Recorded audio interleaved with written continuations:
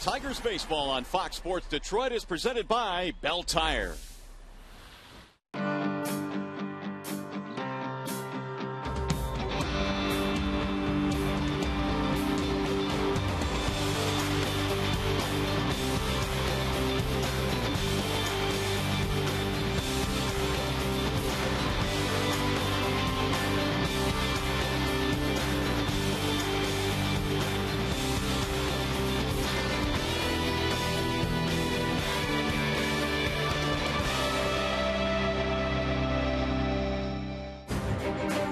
He's been focused and determined since spring training.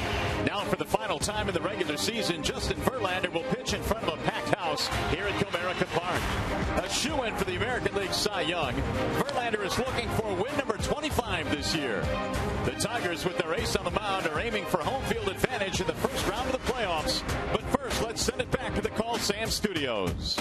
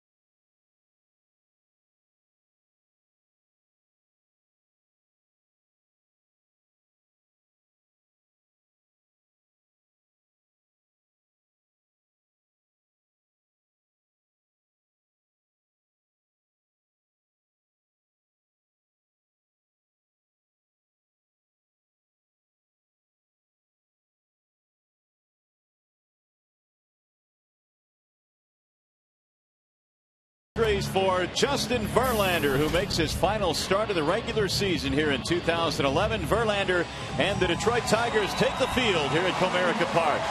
This place is going to be bananas tonight. A packed house on hand here to see Verlander try and win his 25th.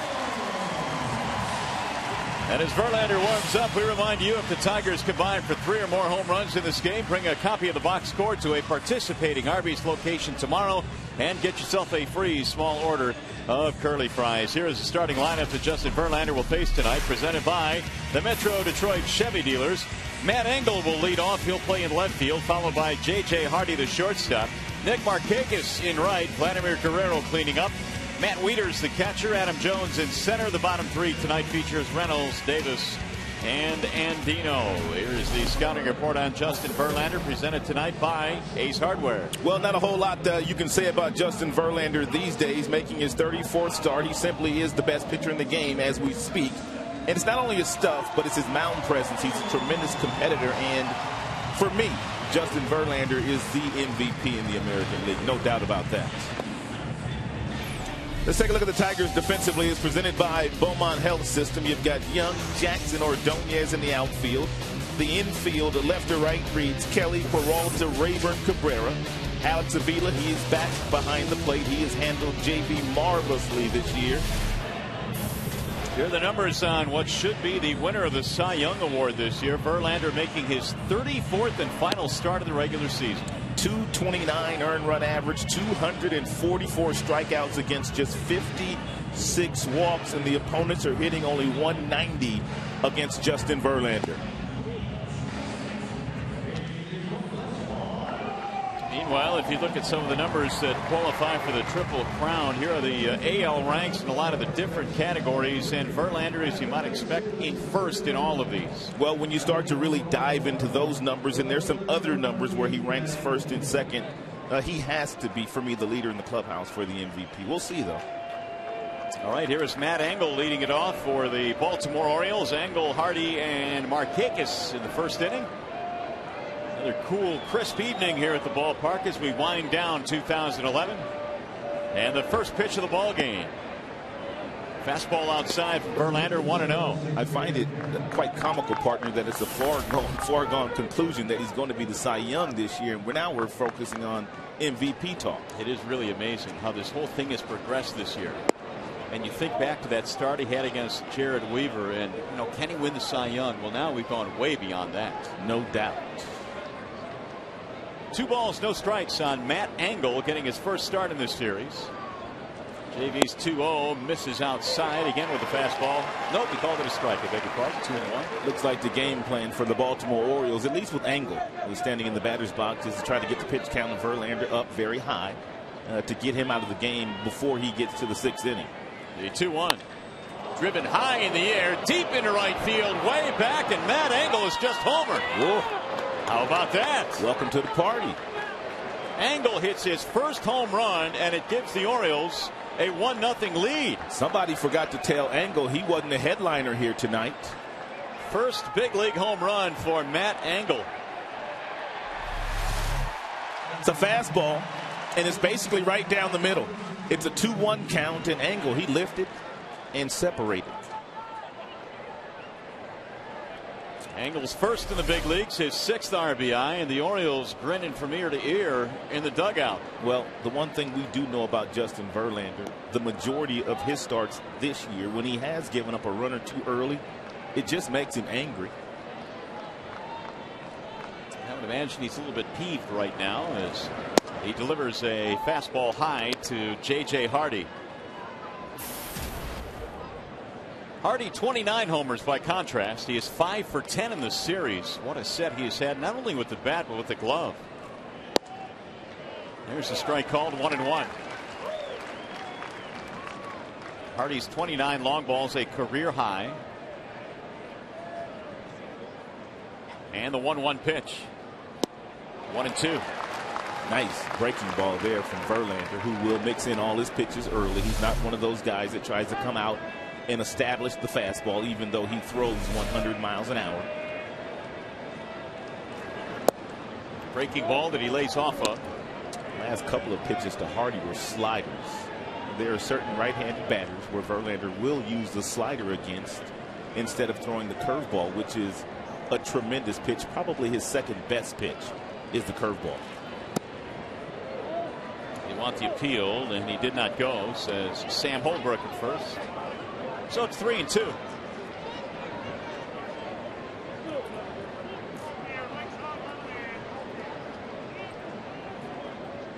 Here's a full count pitch. And he got it, strike 3.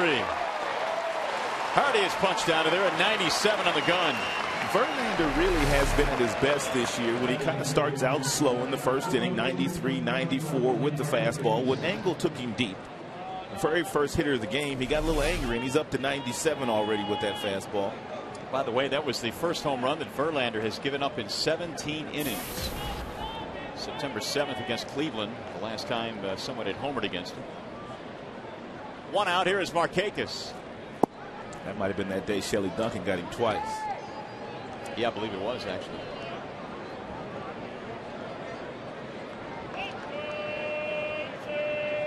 7-6 win for the Tigers. They came back to win that game.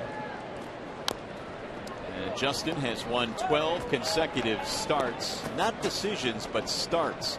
Sometimes guys will put together winning streaks, but they'll have a few no decisions in there. He has won 12 straight starts. 1 ball, 1 strike on Nick Markakis. That's popped up. Shallow left field. Delman Young coming in. And there are 2 gone.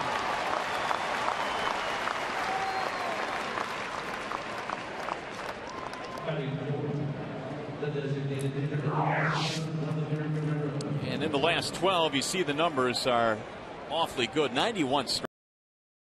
The last pitcher to win 13 straight starts was Ellis Kinder of 1949, the Red Sox. So with 2 outs, here's Vlad Guerrero. There's a strike 0-1 on Vladimir. When we start to dive into the numbers and we start to talk about guys that have had the same types of years that Verlander's having this year, we've been dipping back about 25, 30 years on several occasions.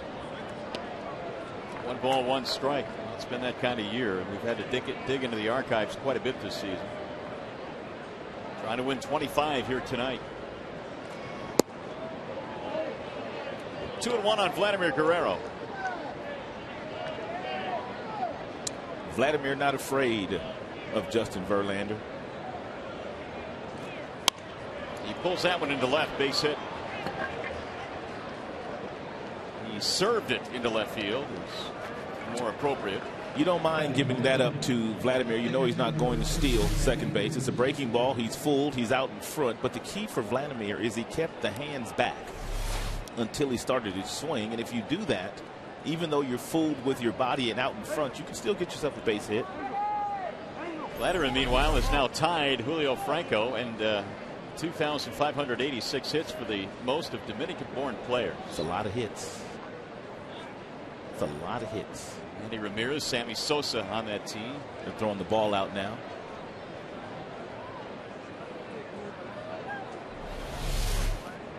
So we'll save that one for Vladimir. One of just many keepsakes I'm sure he has. Here's Matt Wieters. Ball 1. Wieters in the series 2 for 8. He has an RBI. He's hit 20 home runs this year. Having a fine season. The Orioles backstop, former #1 pick.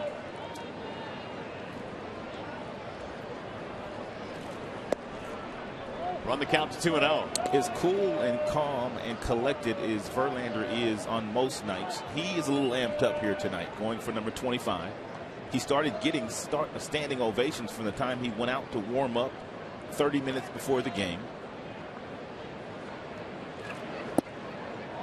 And Matt Engel stunned the crowd by leading off the game with a home run. Well, Verlander went on to get the next 2 batters, but Guerrero has singled. Verlander has thrown 20 pitches, and 10 of those have missed the strike zone. So that's very unlike JV.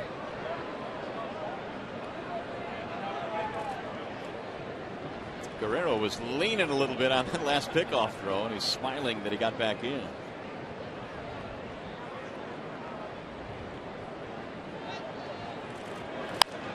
Lifted back out of play.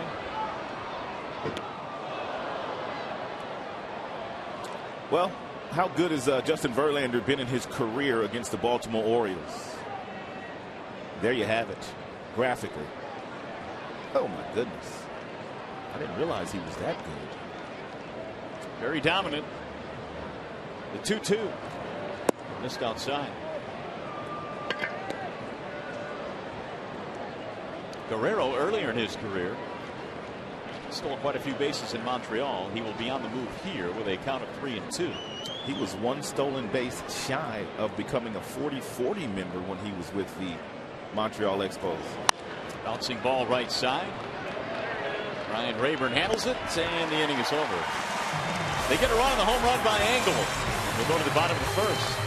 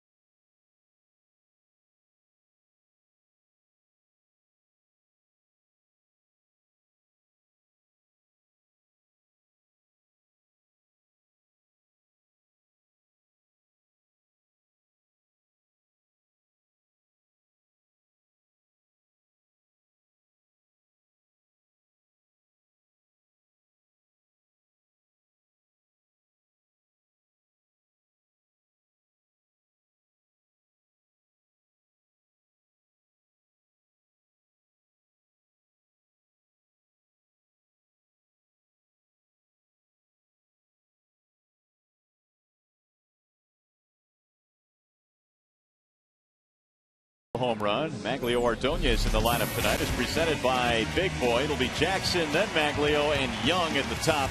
Cabrera cleaning up, followed by Victor Martinez. Alex Sevilla doing the catching, batting sixth. Bottom three tonight has Peralta at short, Rayburn is second, Kelly playing third base. The Bernstein Advantage brings you the scouting report on Jeremy Guthrie. Get the Bernstein Advantage. We go to bat for you. It's been a difficult year for Jeremy Guthrie. He comes in with 9 wins, but he has lost 17 games. He has great stuff, so many wonder why he loses so many games. And he also pitches very well here at Comerica Park. In 2 starts, a 1.88 ERA for Guthrie. Austin Jackson leads it off. It'll be Jackson, Ordonez, and Delman Young. Orioles lead 1-0. Game 3 in this 4-game series. Guthrie's 1-0. In for a strike, 1-1. And Guthrie has a mid-90s heater. He has a really good slider. He has a curveball. He has a good changeup. He can throw all those pitches for strikes. It'll go foul. 94 on that last fastball. Guthrie's 32 years old, out of Roseburg, Oregon. Veteran right-hander. Brings home the 1-2 pitch. Bouncing ball left side. Flattens out at third for Davis. Stays with it though and throws him out. Let's take a peek at the rest of the defense for the Baltimore Orioles, presented by Tim Hortons. Angle in left, Jones in center, Markakis in right, Davis, Hardy, and Dino Reynolds in the infield, and Matt Wieters is behind the plate, catching his 3rd consecutive game. Here's Ordonez with 1 out. Strike 1 to Maglio. 15-game hitting streak now for Ordonez. He's 1 for 4 in the series, plus an RBI. Guthrie's 0-1. Lifted back out of play.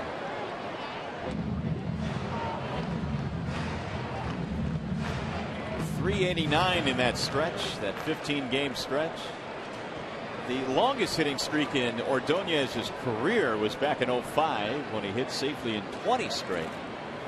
Swing and a miss, and Guthrie is able to handle him on 3 pitches. 2 gone. First strikeout for Guthrie. He's going to bring up Delman Young.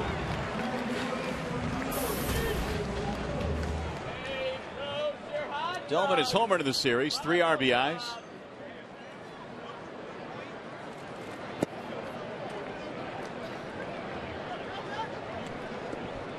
Young at 266 for the season.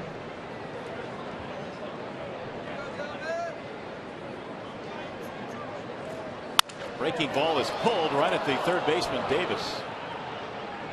He'll throw across anyway. I believe they called him out of the line, but it's a 1-2-3 inning. Tigers go in order. We go to the 2nd.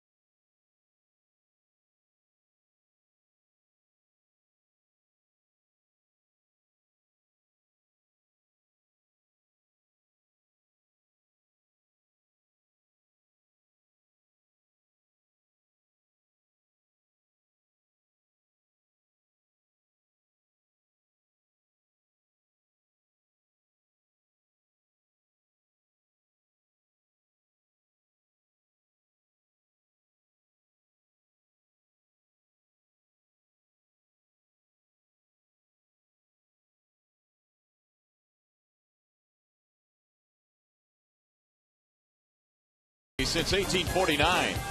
Rams, stop by Ram Power Days today at your local Ram dealer. And buy the new Craven Chicken Sandwich at Arby's. Arby's, it's good mood food. Back here at the ballpark as we go to the second. The Orioles have a 1-0 lead on the leadoff home run by Matt Engel. Looks like a packed house here tonight as well. That it does. The upper reaches. And standing room only as well. Justin Verlander goes to work in the second, facing Adam Jones. Jones, then Reynolds, then Davis. Playoffs don't start until next Friday for the Tigers, but this game with Justin Verlander on the mound has a playoff feel to it. Yeah, there's a buzz in the crowd tonight.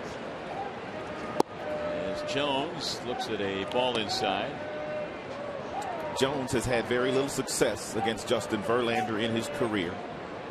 1 for 13 with 6 strikeouts. 2-0.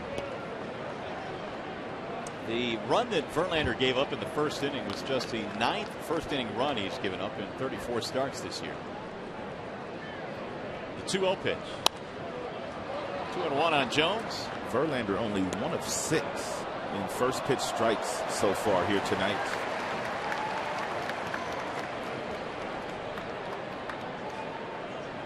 Verlander last lost a start on July the 15th against Chicago here at Comerica. Driven to center field and hit well. Jackson is on the run, still going back to the warning track. Makes a basket catch. Oh, that boy's sick. Oh. He's sick. And he seems to do it just about every time Verlander makes a start. Oh, my goodness. That was an unbelievable play. Got Verlander clapping. Take a peek here. Oh. That's crazy.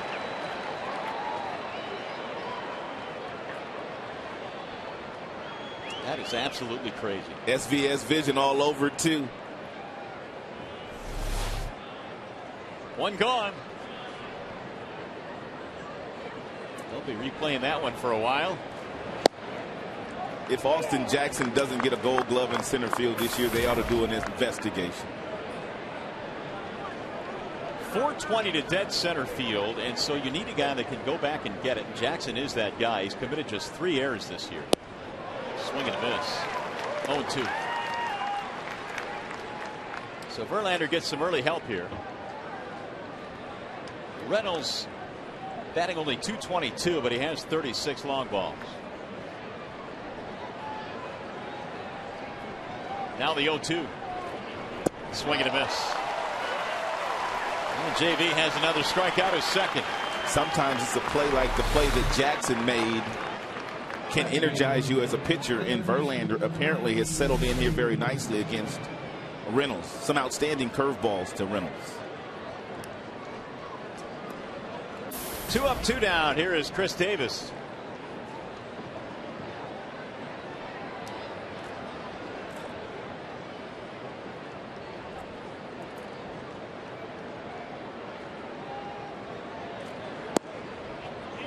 Ball outside to Davis.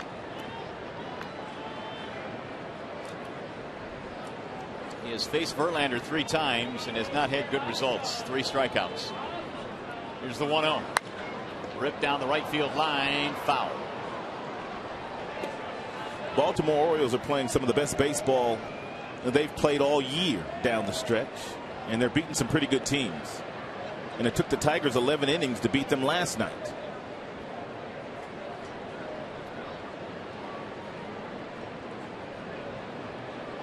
Here's the 1-1 to Davis.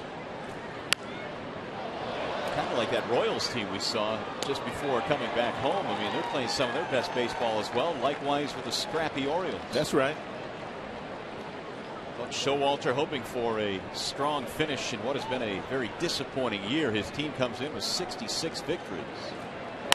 Breaking ball on the ground and through. It found a hole between Cabrera and Rayburn. 2-out single for Davis.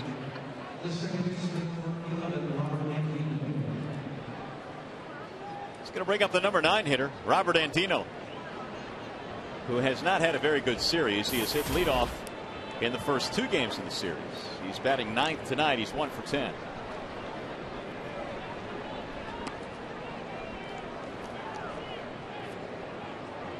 Four home runs this year for Andino.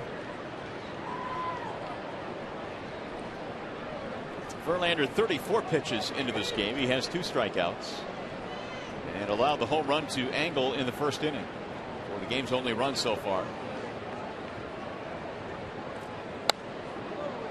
0-1.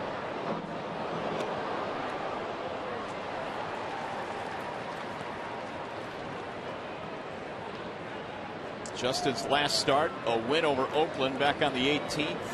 8 scoreless innings with 6 strikeouts. He has that streak of at least 100 pitches in every start this year. Balled inside. Verlander came in with 244 innings under his belt. He's a horse.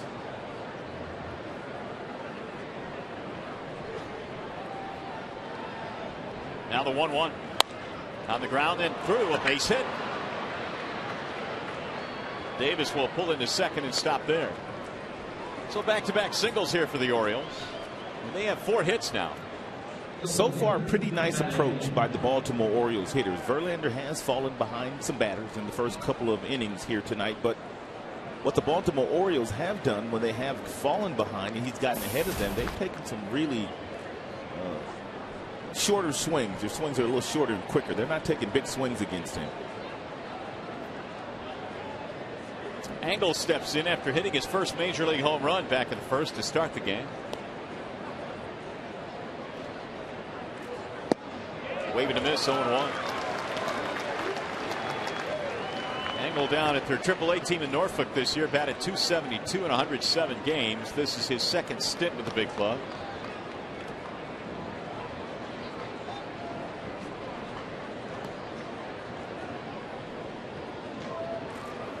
Wave and a miss, 0-2. 97 from JV. And last time up, 2-1 pitch, 94-mile-per-hour fastball right down the middle, and Engel, he drove it into the right field seats.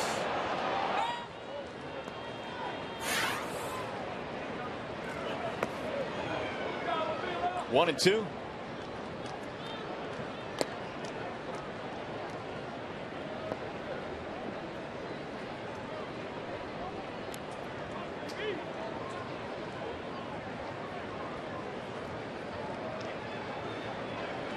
Two men on with 2 out. Verlander giving up singles to Davis and Andino.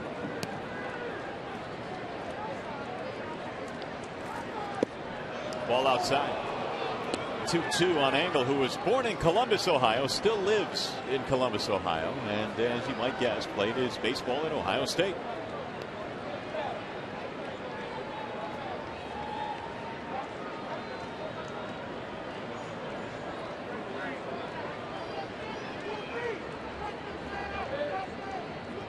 Now the 2-2 pitch. Fouled away. Don't normally see Verlander get to 99 in the second inning, but that is what he has done today.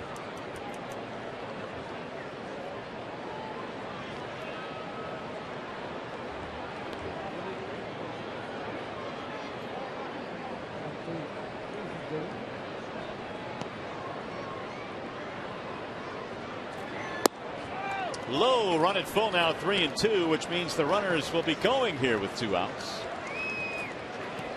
And Verlander's pitch count continues to climb.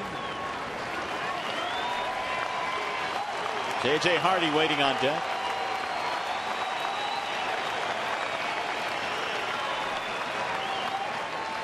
And the 3-2. He walked him, and that'll load the bases. Quickly got ahead of Matt Engel and ends up issuing the base on balls. 44 pitches now for Justin. His first walk of the game. Any other pitcher on the Tigers roster, and Jeff Jones is out of the dugout and having a conversation with that pitcher along with the catcher Avila, but there's no need for Verlander. Verlander knows how to slow the game back down once the game kind of speeds up on him, which it very seldom does. Strike one on J.J. Hardy. Orioles got one in the first, and now they're knocking on the door here again in the second with the bases loaded. Verlander just needs to make sure he doesn't allow Hardy to pull the ball to left field and get underneath it. He's already hit 29 homers this year. Inside, almost hit him. And he has not hit one home run to right field, so you have to make J.J. Hardy use the big part of the ballpark. If he hits it to center field, you know Jackson's going to run it down.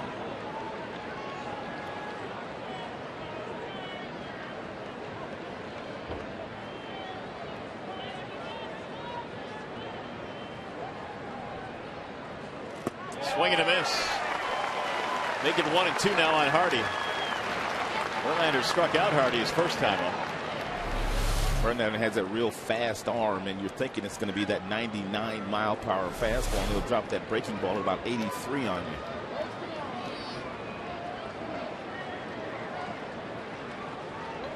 This will be the 25th pitch in this inning coming up for Verlander. And he just got a piece of it to stay alive. This season, with the bases loaded, opponents are hitting .222 against Verlander. We've talked over and over about how he really bears down with men on base. Trying to do the same thing right here to keep this a 1-0 game.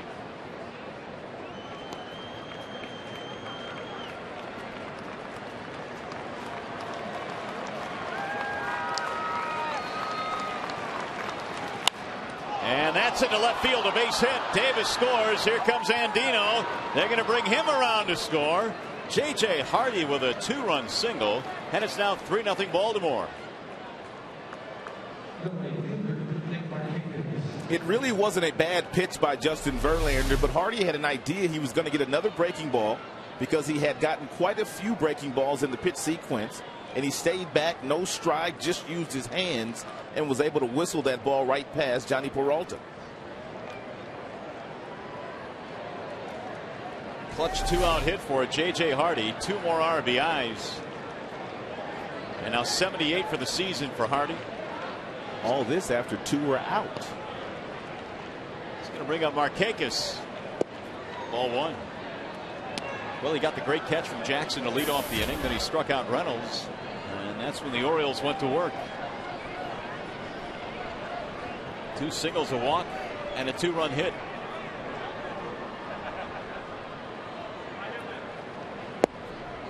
Ball low, 2-0 on Markakis. This might be one of those games where Jim, later on is going to have to make a decision. What's more important, win number 25 or him being as fresh as he could possibly be for his next start, which would be the postseason.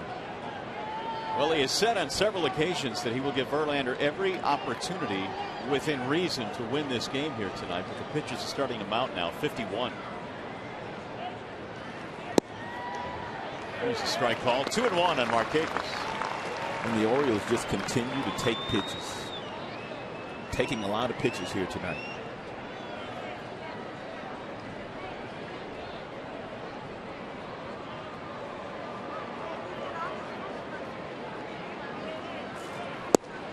Markakis looks at another, and it's a strike call. 2-2. And there's no doubt if the Tigers draw the Boston Red Sox or the Yankees in that first round of the postseason, this is exactly the same type of at-bats that they will have against Justin Verlander. Very patient teams that take a lot of pitches. They're not afraid to hit behind in the count. Here's the 2-2. That is ripped into right field off the glove of Cabrera. Angle coming around third. He will score. And the Orioles stunning everybody here. It's a 4-0 lead. Markakis picks up an RBI, and here comes Jeff Jones.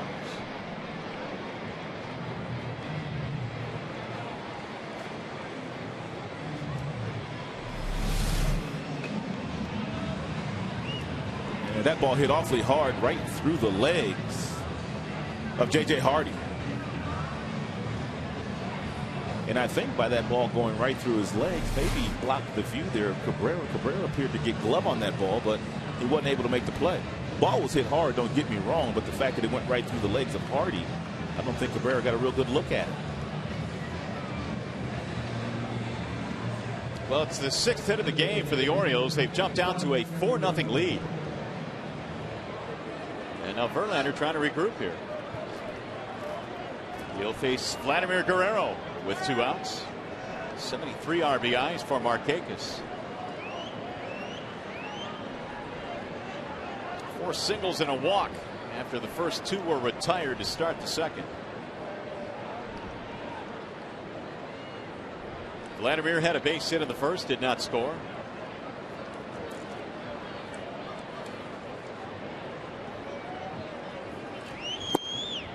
Ball 1.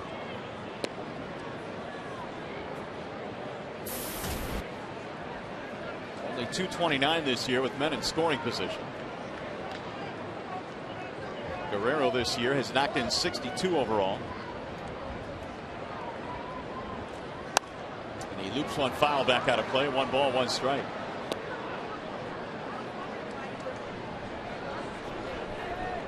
And Justin now has thrown 33 pitches here in the second inning. 55 overall.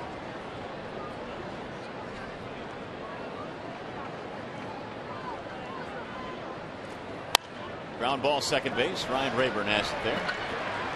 They will get Guerrero to end the inning, but a big inning. They send 8 men to the plate, score 3 times, and it's 4-0 O's.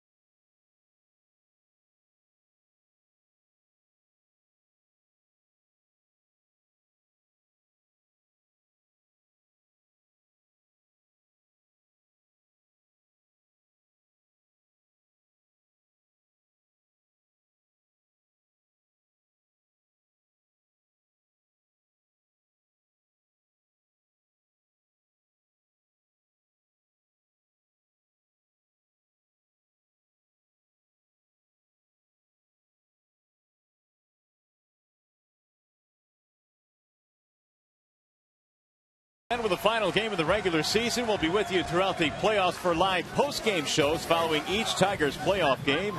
Our team of reporters will have exclusive analysis, post-game reaction that you won't get anywhere else. Tigers live playoff coverage begins Friday here on Fox Sports Detroit. Well, here come the Tigers now, down by 4 as we go to the second, the bottom of the second, that is, and Miguel Cabrera leads it off. And Tigers are going to have to earn this win here tonight. Guthrie, in 6 career starts against the Tigers, has a .360 ERA. He has pitched some of his best baseball against Detroit. And especially in this ballpark, 1-1 with a 1.88 ERA in 2 previous starts in this yard. And we've seen this Tigers team in the month of September come from behind quite often, so they're not panicking. They have quite a few at-bats left in this game. Ball inside, and the count goes to 3-0 and Cabrera. And as long as they have this guy, number 24, anything is possible.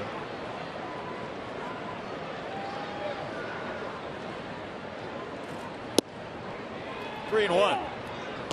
Martinez, then Avila here in the second. 39 come from behind victories this year for Detroit Tigers. Only the Boston Red Sox have more.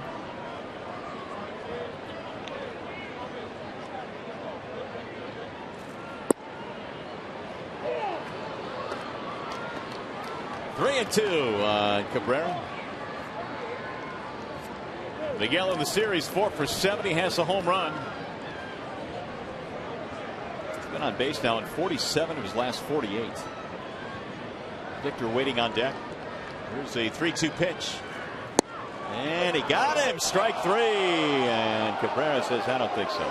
A little bit low. May have been a little bit too close to take. May have been low, but may have been a little bit too close to take with 2 strikes.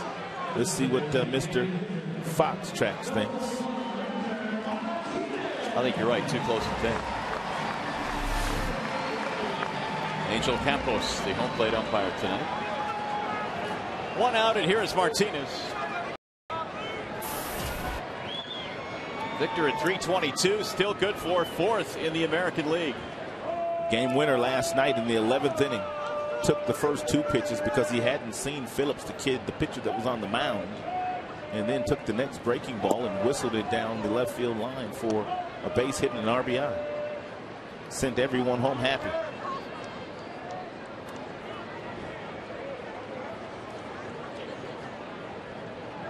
Here's Guthrie's 1-0. It's in there for a strike. 1-1 on Victor Martinez. So Victor now with 98 RBIs, 11 home runs.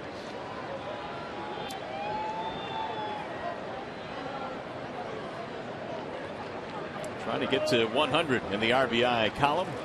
There's a strike call. 1-2.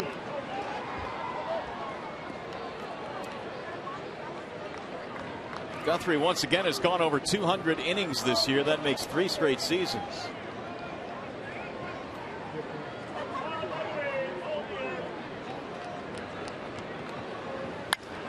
In the air toward left field.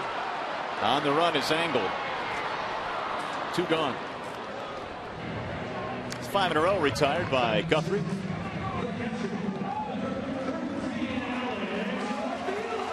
That'll bring up Avila.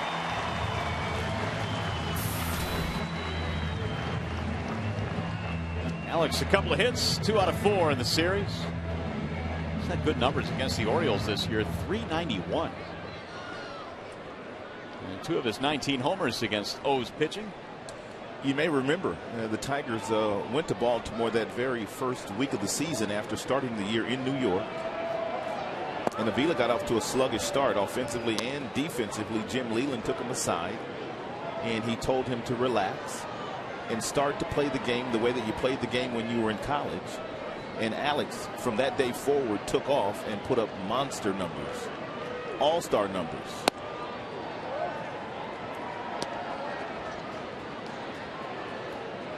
And one of the things that Jim told him, and this is way back in April, be more aggressive in fastball counts, which is exactly the count that he's sitting in right now. 2 balls, no strikes. Isn't that something you are taught really from the low levels of the minor leagues, to be aggressive in fastball counts?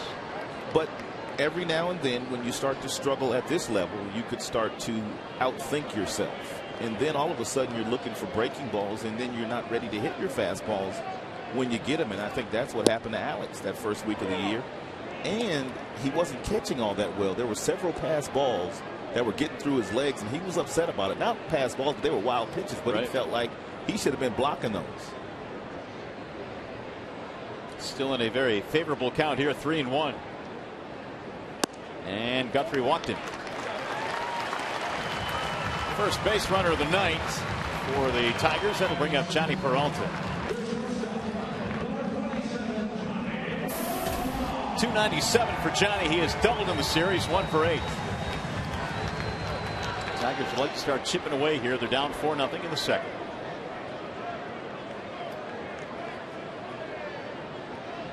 First time Guthrie has thrown from the stretch tonight. Breaking ball, sails outside, 1-0.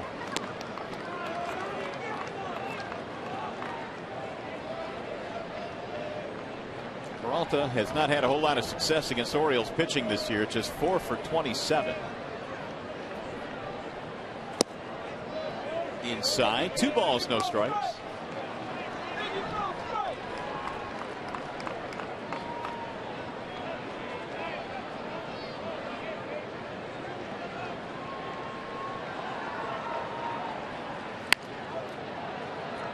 Now 2-1. Well, the Rangers won last night, so they are now in the playoffs. The Rangers, the Tigers, and the Yankees are officially in. It's just a matter of who will win that wild card and where the Tigers will start, whether it's on the road, at home. Also, congratulations to Kirk Gibson, right, and Alan Trammell out west with the Arizona Diamondbacks. Of course, they had tremendous years here as players, as Detroit Tigers. The Arizona Diamondbacks are going to the postseason. Milwaukee punched their ticket last night as well. They did. They did. Ron Renege's done a fine job. I think he and Kirk Gibson are going to get.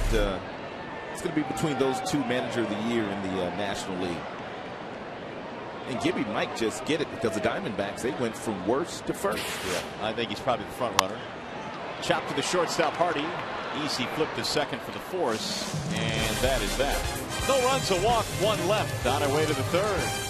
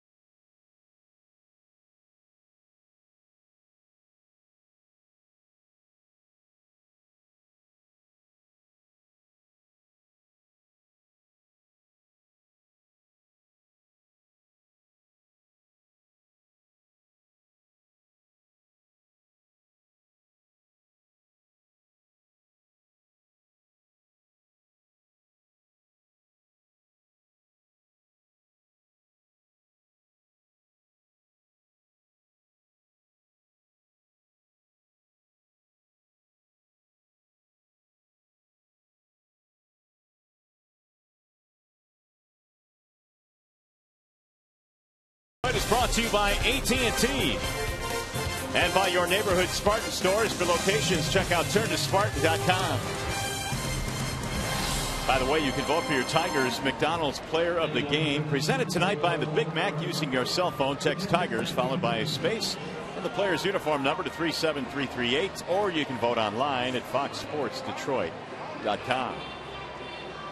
Another nice night for a ball game here at the ballpark. It is 63 degrees here at Comerica tonight. Verlander, after a bit of a rocky start, trying to get it going now.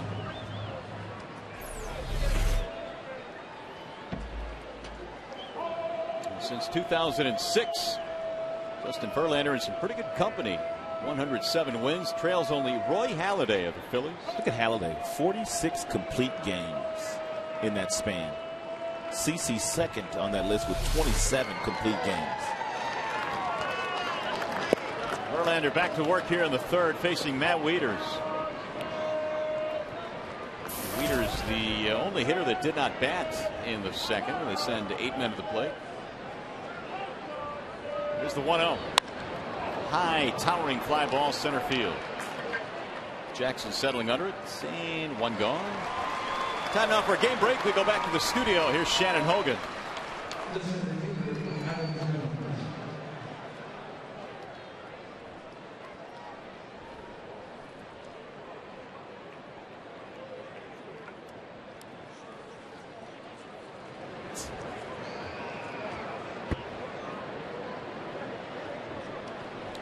Shannon, thank you. The Red Sox came in with a 2.5 game lead on Tampa, 3.5 up on the Angels for the wild card. That's drilled deep into right center field, way back, and to the wall. Ordonez runs it down in the triangle out there. Wow.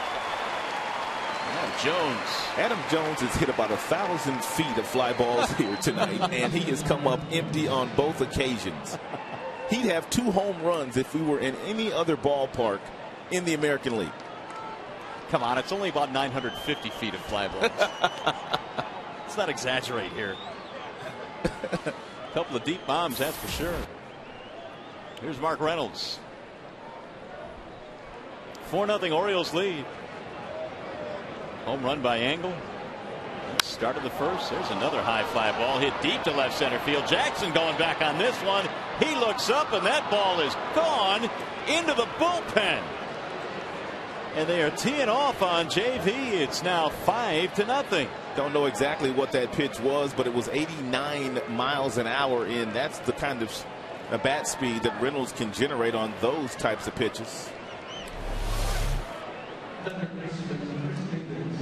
It's a fastball at 89, and it was drilled by Reynolds.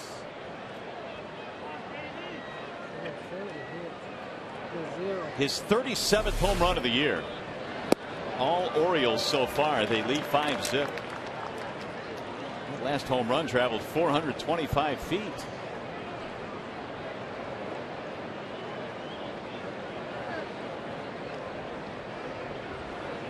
Breaking ball is hit to the right side. Diving stop by Rayburn to his feet. Threw it wild. Avila backs it up. Oh boy.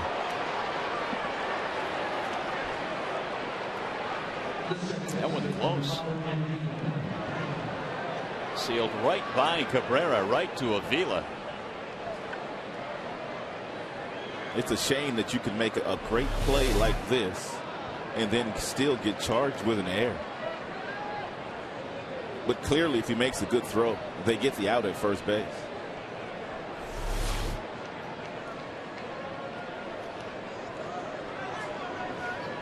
Another 2-out base runner. Here's Andino. Ball one. Verlander in jeopardy of losing that ERA title. I was thinking the same thing. To Weaver. I mean, he came in leading in wins, strikeouts, and earned run average. But Weaver second. I mean, they're neck and neck right now. Verlander's ERA was 2.29 coming in. Weaver was 2.41.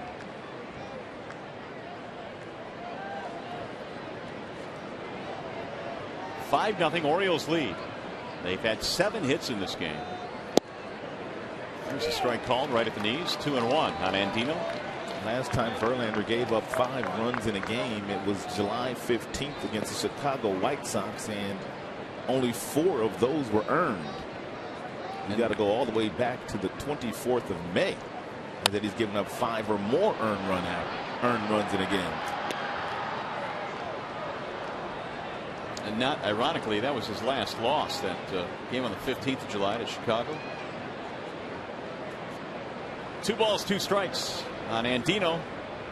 Singled, scored a run back in the second. The Orioles stunning this huge crowd here tonight. Swing and a miss. Verlander strikes him out.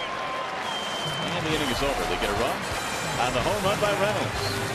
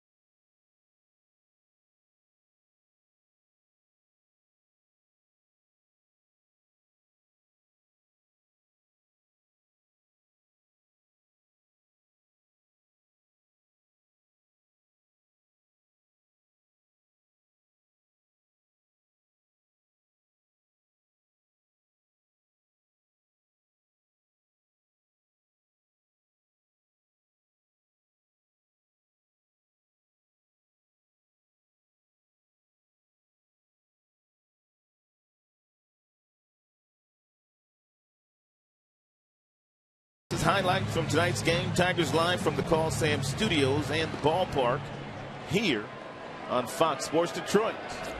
Well, this big crowd hoping this Tiger offense can get chugging here real soon. They're down 5-0 as we go to the bottom of the third. Ryan Rayburn leads it off and takes ball one from Jeremy Guthrie. Rayburn, Kelly, and then Jackson. 5 runs, 7 hits for the Orioles. No runs, no hits for Detroit. Rayburn takes inside and high, 2-0. The only Tiger base runner so far was the Avila walk in the second.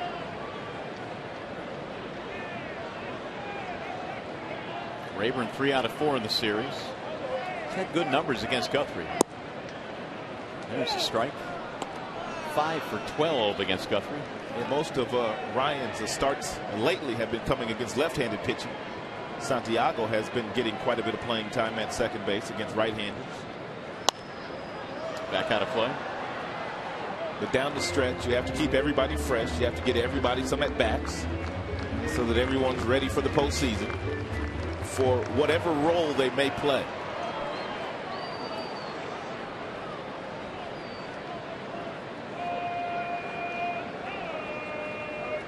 And the 2-2. Another one back out of play. Not too many empty seats here at the ballpark tonight. Not too many tickets to be had as Verlander is going for his 25th win of the season, but the Orioles jumped him. They got 1 in the first, 3 in the second, 1 in the third. Yeah, these folks came to party tonight. Inside and high. But every time Verlander takes the mound, Comerica Park is full. Don Kelly waiting on deck. 3-2 pitch. He lost him, ball 4. Leadoff man is on. Second walk now for Guthrie. By the way, this game is available in high definition on Fox Sports Detroit HD, sponsored by Xfinity from Comcast.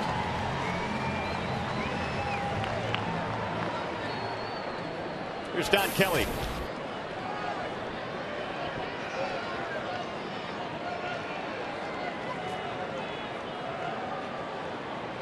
Kelly 0 for 4 started the ball game last night. 0 for 4 in the series, that is. He pinch hit in the first game. Don tonight is playing third base. Wilson Betemit still not able to go for Detroit. And the 0-1. He's showing bunt and drops it down foul. 0-2 on Kelly. A long time ago, Guthrie was a first-round pick of the Indians. That was back in 2002. And he was drafted after his junior year at Stanford. Guthrie began his collegiate career at BYU, played 1 year there. Then he went on a Mormon mission for a couple of years. Missed it high, 1-2. And then eventually 2 years at Stanford.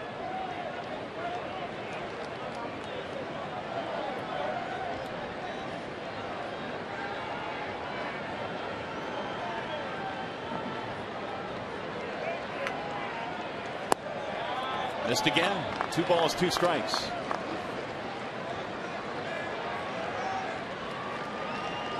Guthrie retired the first 5 that he faced in this game. He walked Avila in the second, and now Rayburn here in the third. Way outside. 3 balls, 2 strikes. Top of the order waiting on deck. That's Jackson.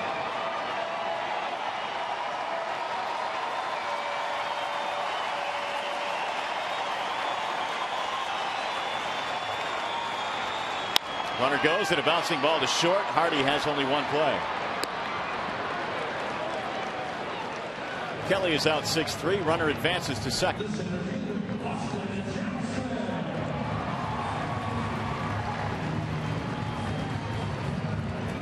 Now the top of the lineup, Austin Jackson.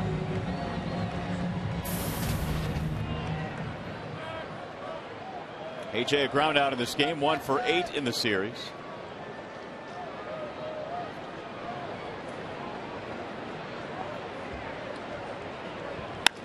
Right back up the middle into center field. Rayburn rounding third. He's coming around. Jones's throw is knocked down, and Jackson will take second base. A run in.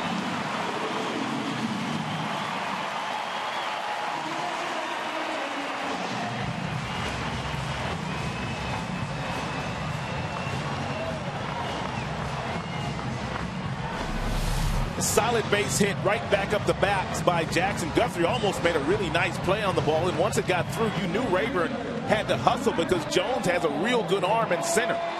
Looks like that ball might have been nicked by the glove of Reynolds, the first baseman, trying to cut it and then get Jackson, who was reading the throw and headed to second base. Had Reynolds caught that ball, Jackson would have been out at second base, or maybe Jackson would have been able to retreat to get back to first because no one was there. They'll get an RBI regardless, and the Tigers are on the board. It's 5-1. On that particular play, when the center fielder throws the ball in and the first baseman has to go to the mound, as a base runner, you can go towards second base quite a ways because no one's there.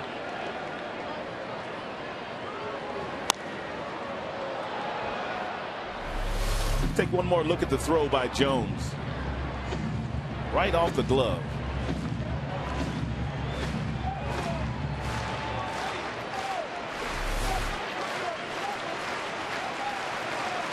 0-1 on Maglio Ordonez. I don't think Jones would have had Rayburn even if Reynolds would not have touched that ball. Agreed. Popped up and back out of play.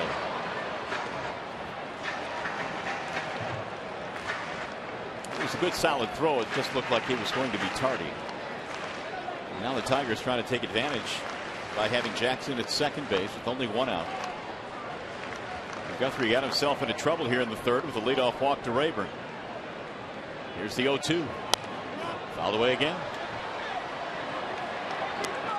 Maglio struck out back in the first, trying to extend his 15-game hitting streak.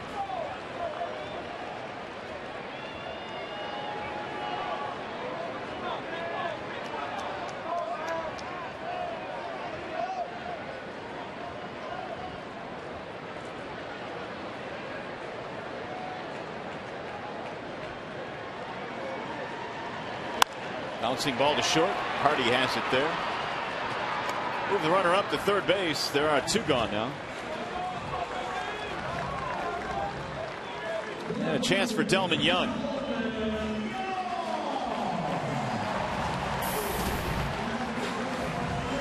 Delman lined out to the first baseman his first time up. 0 for 1. Hitting .297 this year with runners in scoring position. They'll try and score Jackson. Swing and a miss. One thing that Guthrie is doing tonight, he's pitching with a lead. And very seldom does he get a lead. He's lost 17 games this year. His team is only averaging him 4 runs per start. That's how you lose 17 ball games. Because really his earned run average is really not all that bad, coming in at 428. Especially in the division he pitches in. 9-17 record.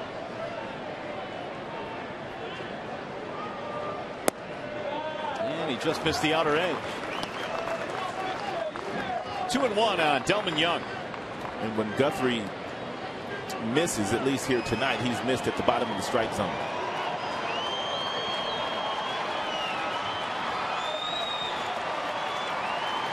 Here's the 2-1. Swing and a miss. It's okay in that count, to try to play long ball. If you're down 2-1, you know you're going to get a fastball. You try to hit it out of the ballpark. Guthrie's given up 25 big flies this year. Backed him out of there, 3-2.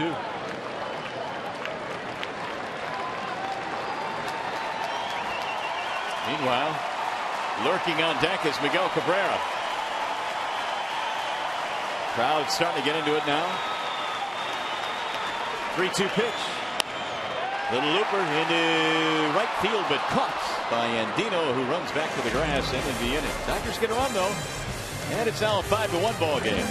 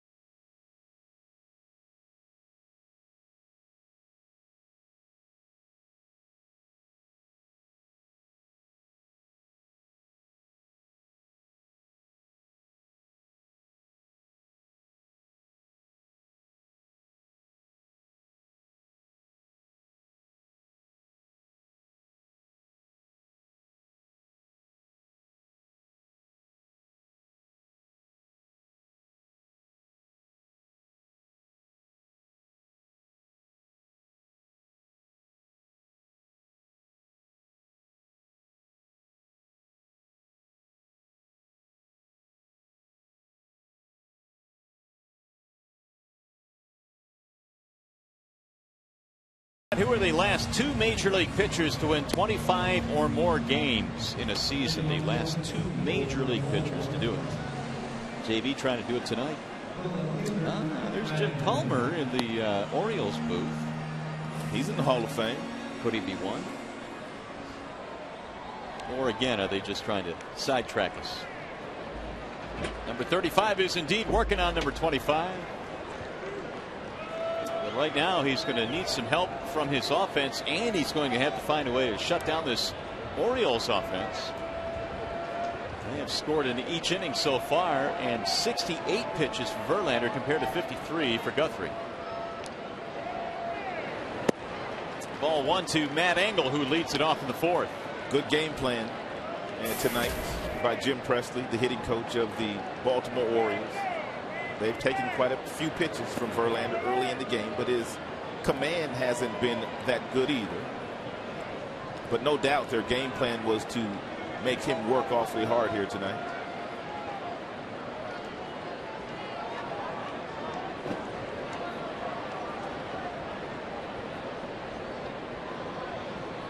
Here's the 2-0 pitch. 2-1 on Matt Engel. Here's Jim Presley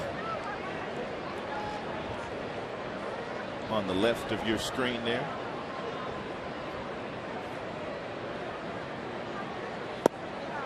Showing bunt. Didn't go. 3-1.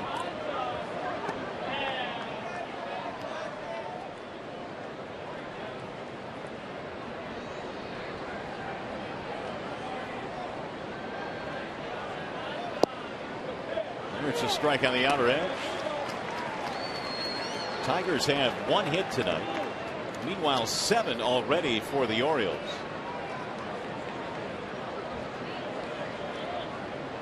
Here's the 3-2. Lifted back out of play.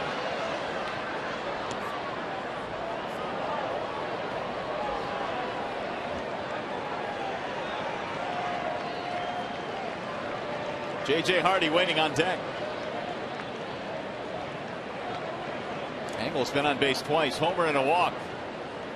And a ground ball back to the mound that Verlander flags down this time. Well, if you're just joining us, the Baltimore Orioles have 7 hits. Mario just told you that. 4 of those hits have come on fastballs. They came rather early. Engel, he took Verlander deep, very first hitter of the game, but he's missing with his location. And it's not just the fastball they're hitting, they're also hitting the curve, although not hitting the curveball all that hard. They're full, they're out in front, but they're still finding some seams. So everything going right so far for the Baltimore Orioles in this game. Ball 1 to Hardy. 2-run single in the second for J.J. Hardy.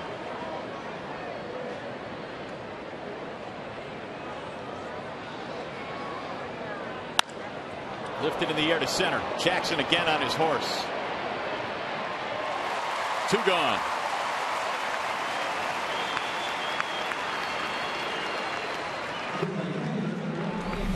Jackson just scoots in the outfield.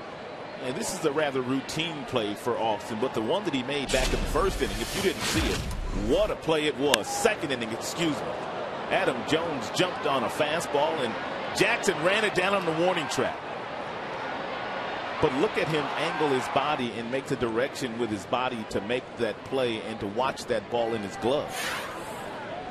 Awfully fun to watch it patrol center field here. Markakis looks at ball 1. Jim said that Jackson covers more ground than any center fielder he has ever had. And he's had some good ones. Now the 1-0. 1 ball, 1 strike. Yeah, he doesn't like to compare players on different teams or even different eras, but he is quick to say that this kid that he has here in center field is as good as any. The 1-1. When Jackson was playing in the minor leagues in the Yankees organization, there was never a question of whether he could play great baseball defensively in the big leagues. The only question was his offense. And he's answered those questions the last couple of years. Fouled on.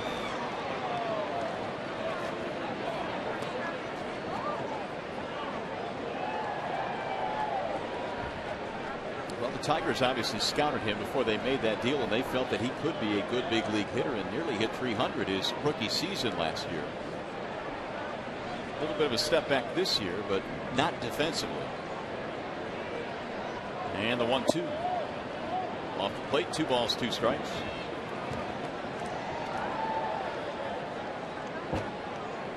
Nick Markakis singled and run in the second. That made it 4-0 at that point. Rolled foul. Markakis had a string of 4 straight years of at least 40 doubles. It looked like that will come to an end this year. He has 29 this season.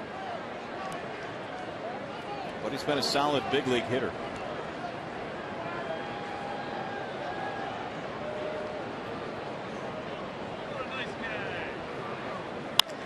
Slap toward left field. Delman Young cruising back.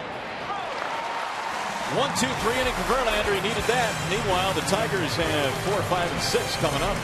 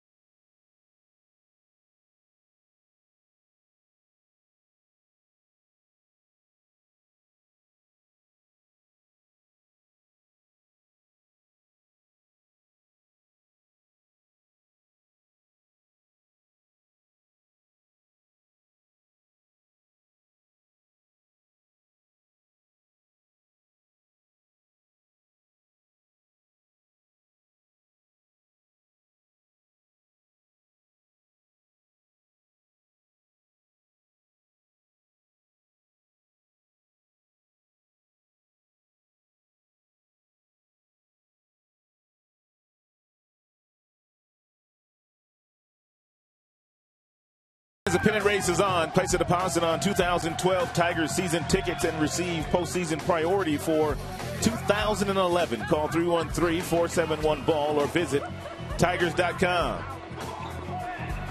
Playoffs start next Friday. And whether or not it's here at Comerica Park, that is yet to be decided. We'll have to wait and see. Cabrera singles into left field, a bouncing ball that eludes J.J. Hardy. Most guys don't even swing at that hanging breaking ball if they're looking for a fastball, but Cabrera able to make that adjustment, and the ball was hanging, and he was able to find that seam between short and third. Only the second hit in this game tonight for the Tigers. The other belongs to Austin Jackson, who knocked in a run with a base hit. Meanwhile, the Orioles have 7 hits. Here's Victor Martinez. Flied out back in the second.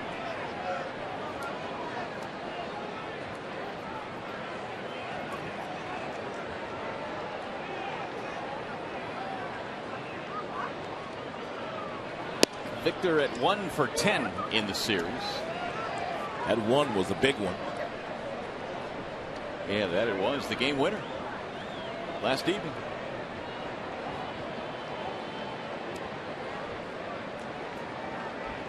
Victor trying to stay out of a double play. He's knocked into 18 of them this year. Swing and a miss. Last night got himself a hanging breaking ball in the 11th inning against the youngster Phillips, and he drilled the ball down in that left field corner. And that drove home Danny Worth, who was pinch running for Brandon Inge.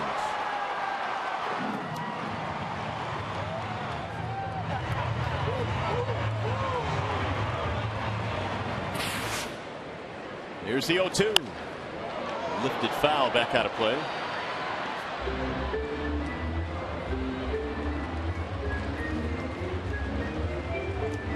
Texas over Seattle 7-3.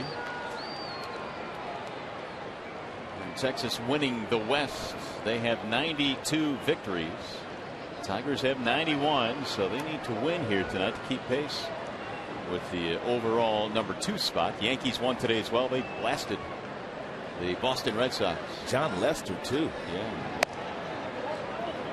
1-2. If Boston gets in, they are going to be a dangerous team. Teams that have to play like that down the stretch just to get in, once they get in, because they're playing really competitive baseball down the stretch, they prove to be dangerous. The Tigers were like that in 06. There's a wild card as it stands right now. Lester gave up 8 earned runs in 2 2/3 today.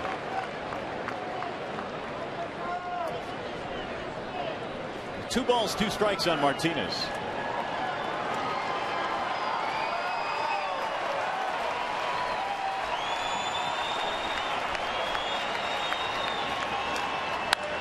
Driven to right field. That ball is hit well. It's going to the corner. That ball is 1 hop over the wall. And they'll stop Cabrera at third base.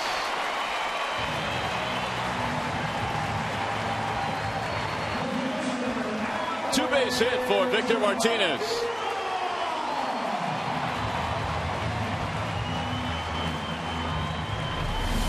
And Victor, really good 2-strike hitter. A little 2-seam fastball that was tailing away from Victor. He caught it out in front. And by the ball carrying over the wall off the bounce off the warning track, cost him an RBI.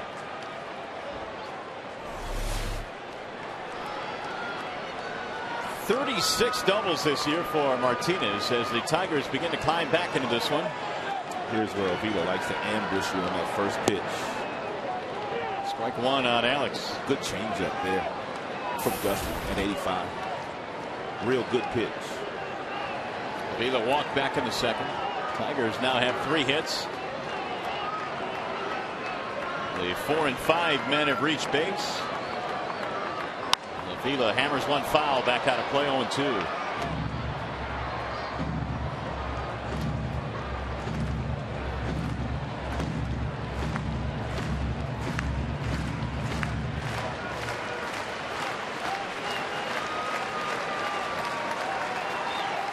Cabrera started things off with a base hit. Martinez, the ground rule double.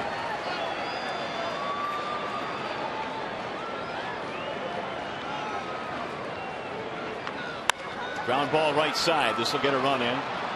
And it will also move Martinez up to third. RBI for Avila. That's a productive at bat. You'll see every single Tiger in that dugout get out of their seat and greet Alex Avila when he gets to that dugout with high fives. Now all Peralta needs to do is hit a fly ball to score another run here. 78 RBIs for Avila. Verlander meeting him at the top step.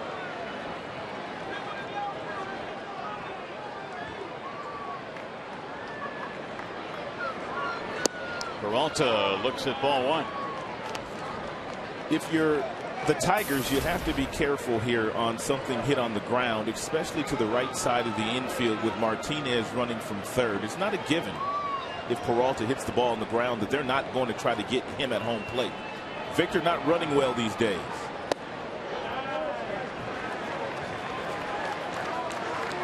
So it may look like they're conceding the run, but they're not. Meanwhile, 2-0 on Johnny.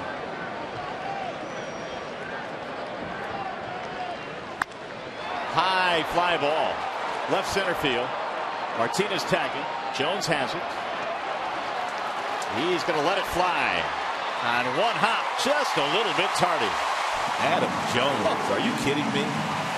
How he made that play semi-close, hard to believe. And you can just tell that Victor's just not running all that well. Then he had to slide into Wieters. Take a look at the swing here by Peralta. He knows he has to get underneath the ball and hit something to the outfield. You can see the uppercut swing here. Palm up as far as the top hand is concerned. That gets the ball in the air. Jones gets behind it. He knows Victor's running. I don't think there's any other player on the Tigers roster that he really tries to throw him out with on this particular fly ball, but Victor, he did try it. 2 gone for Ryan Rayburn. Tigers get 2 back. It's now 5-3.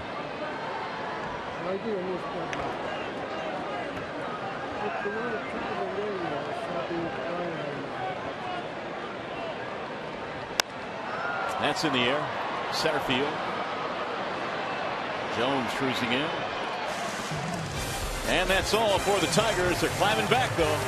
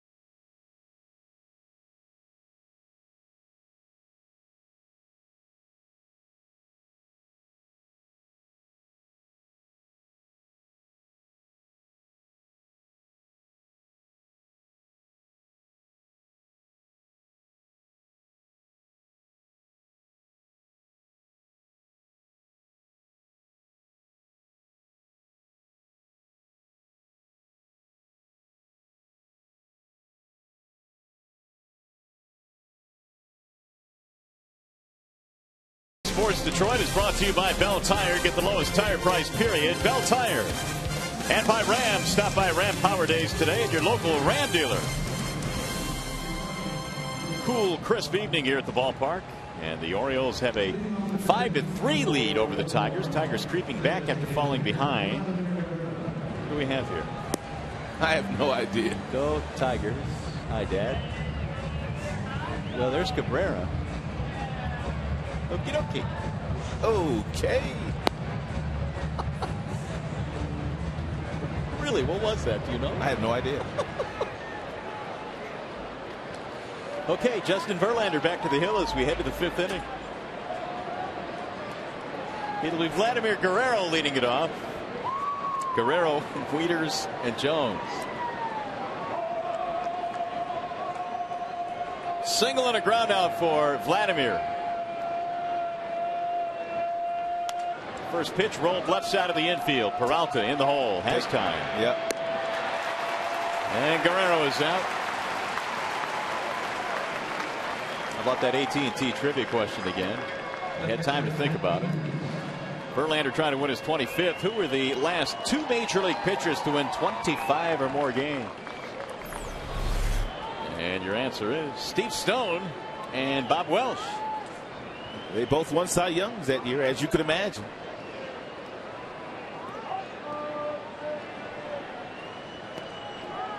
Bob Welsh out of Eastern Michigan University. Here's Matt Wieters.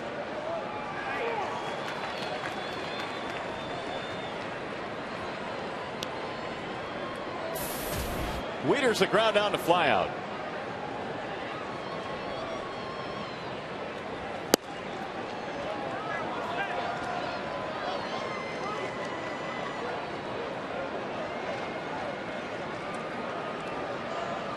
Wieters now 2 out of 10 in the series, and he fouls one back. 96-mile-an-hour fastball there from Justin. 1 ball and 2 strikes.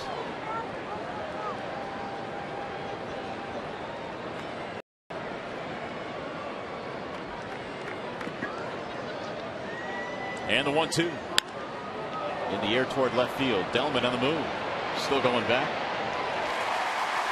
2 gone.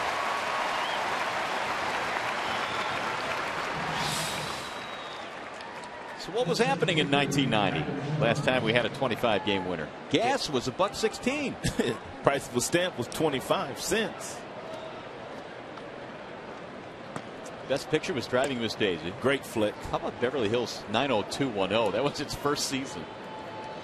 And The Simpsons' first season. Simpsons still going strong. Yeah, absolutely. JV was 7 years old in 1990. He was dribbling Little League kids back then. There's a ground ball to third behind the bag. Kelly offline, but the tag is made by Cabrera. Couple of really good innings by Justin Verlander starting to settle in. And he's retired 7 straight.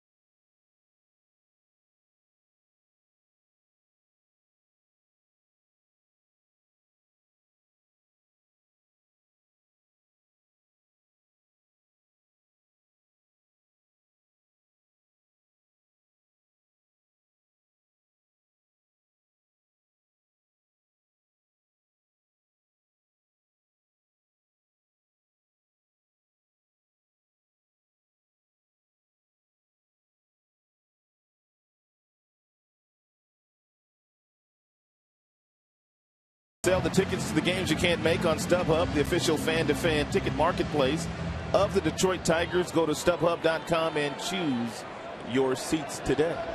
JV has been just incredible this year, no doubt about it. But he gave up 5 early runs in this one, trails 5-3, and Don Kelly is starting things off for the Tigers. It'll be Kelly and then Jackson and then Ordonez. 5 runs, 7 hits for the Orioles, 3 runs, 3 hits for Detroit. Kelly takes a strike, and it's 0-2.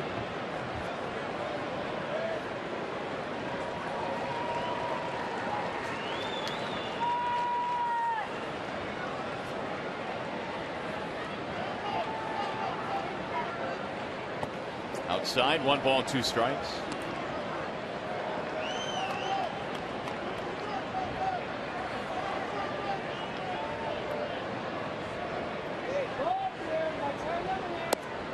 Make it 2-2 now on Kelly. Don bounced out his first time, up 0-for-1. Tigers got 1 back in the 3rd RBI hit by Jackson. RBIs for Avila and Peralta in the 4th. Popped him up. Foul ground, 3rd base side, Davis.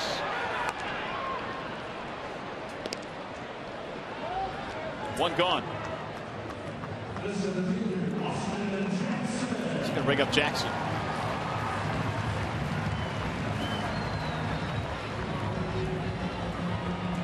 AJ tonight is single and a ground out. He's also knocked in a run.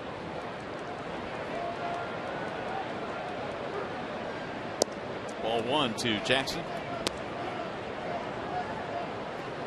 Austin leads the American League with 11 triples, 1 better than Peter Borges and Curtis Granderson. He'll shoot that one in the air in the right field. Markakis on the move. Cuts it off in the gap. 2 gone. How you liking that beard that Markakis has going tonight? It's different. I mean, no mustache. I mean, it's different, unique. Different usually means not a fan of it. That's code. I like Nick's game, though. Absolutely. Ball inside to Maglio Ordonez. He can play some right field and he can hit. Single and a ground out. Maglio 15-game streak going. Trying to extend it here tonight. Good count to do it in. 2 balls, no strikes. Should get a good fastball to hit here from Guthrie. Ooh, breaking ball. Driven to left field. Angle will get over there, though. And it's a 1-2-3 inning. 5 in the books here at Comerica.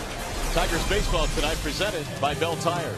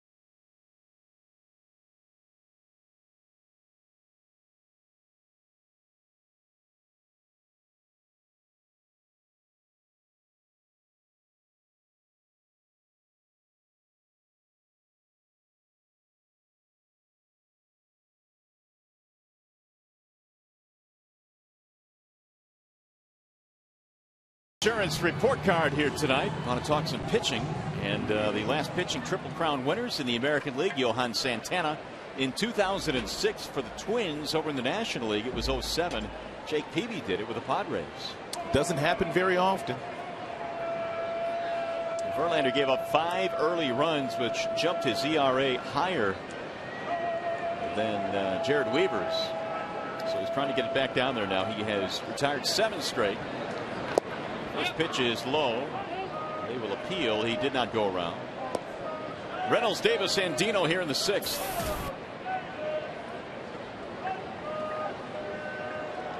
Home run for Reynolds back in the 3rd. He's 37th of the year. Now the 1-0. Fouled off, and that one got Avila.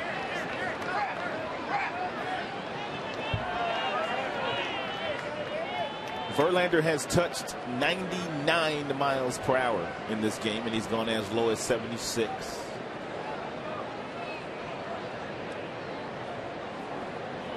Well, he's likely to get over 100 pitches here in the 6th inning. Jim Leyland has said that he will give him every opportunity to win this game tonight.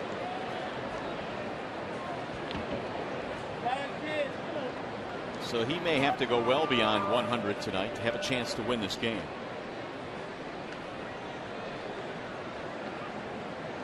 Here's the 1-1. Pulled foul. Justin Verlander, the only pitcher in the major leagues this year to throw at least 100 pitches every single start. He stands alone.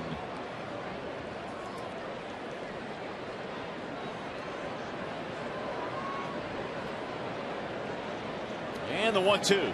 Swing and a miss.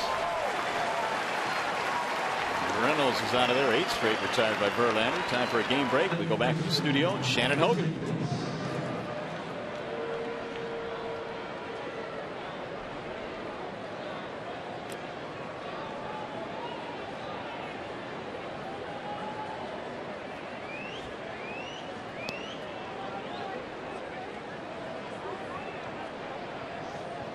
All right, Shannon, thanks. Here it is 5-3 in favor of the Orioles. Although Verlander has settled in now, he's retired 8 straight. Verlander no different than most great pitchers. And they give you a little window early in the game to kind of get to them, and Baltimore took advantage of that, scoring 4 runs in the first 2 innings. But he has settled in nicely. Threw that one by Davis.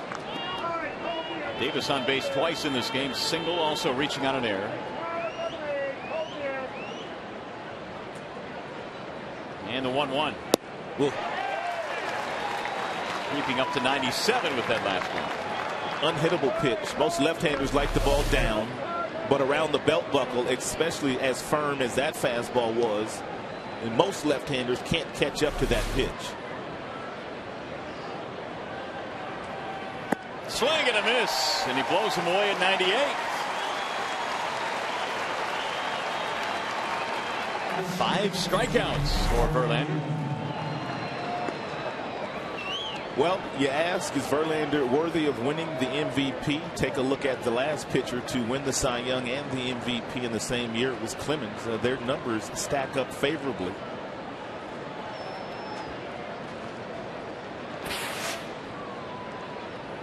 Meanwhile, Verlander chugging along here. As a matter of fact, those numbers were almost identical. Yeah, they were. A lot of the categories.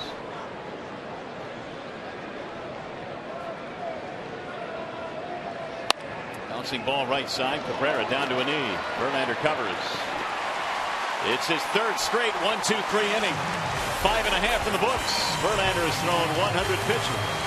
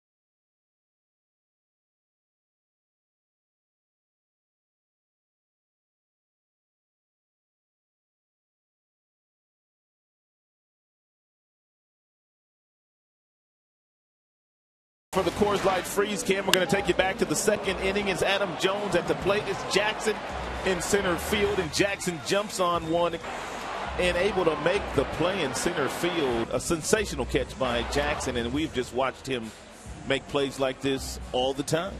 Coors Light Freeze Cam always brought to you by your Frost Brewed Coors Light. Well, we go to the bottom of the 6th inning.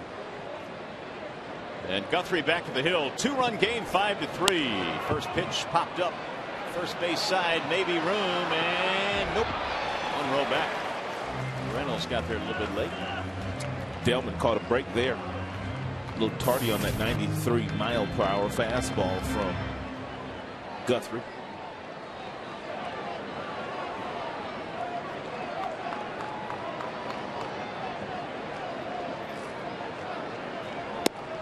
Outside, 1 ball, 1 strike. Guthrie pitch count in pretty good shape. He's only thrown 81 pitches in the game so far.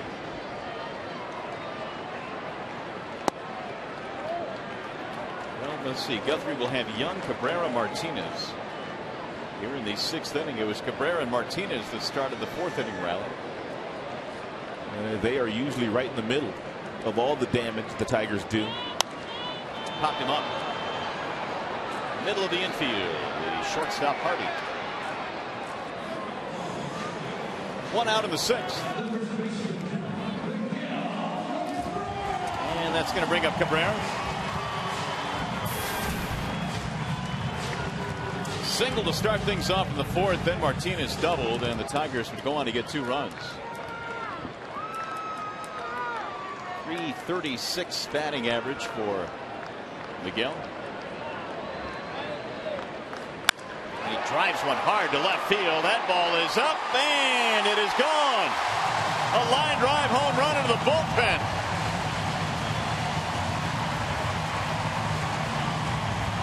Number 28 for Miguel.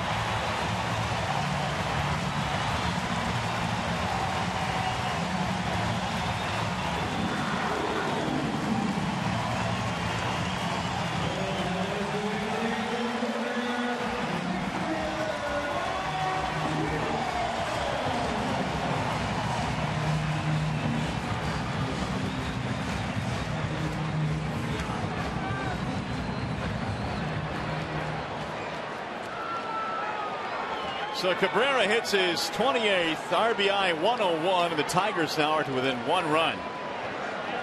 5-4 ball game, and here is Martinez. Tigers hitters are trying to get Justin Verlander his 25th win of the season. There's been so many outings this year where JV's picked them up. They are trying to pick up their ace here tonight. 358 feet on that laser into the bullpen and left. There's a strike call, 1-1 on Victor. 2 more hits for Cabrera. And a batting title still not out of the question for Miguel.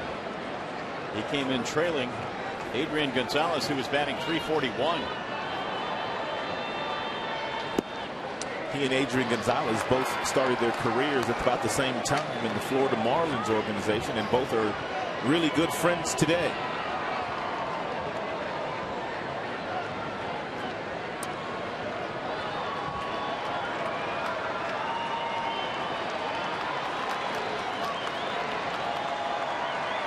Here's the 2-1.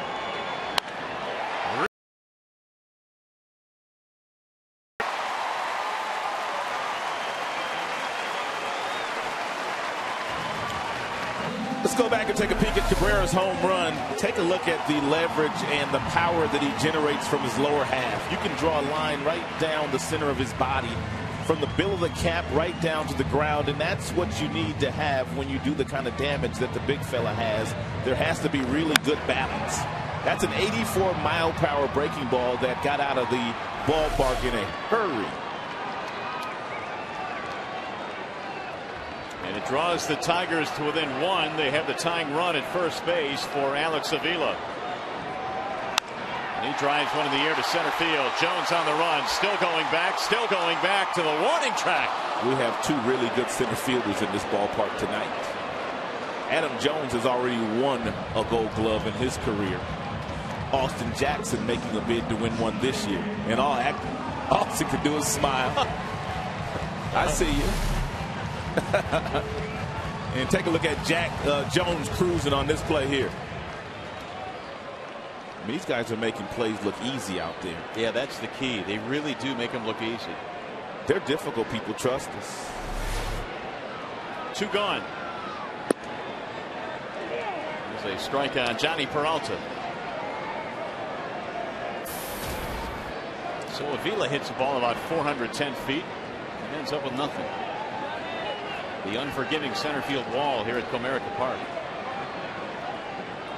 Breaking ball is drilled in the air down the left field line. It is hooking, and it goes foul.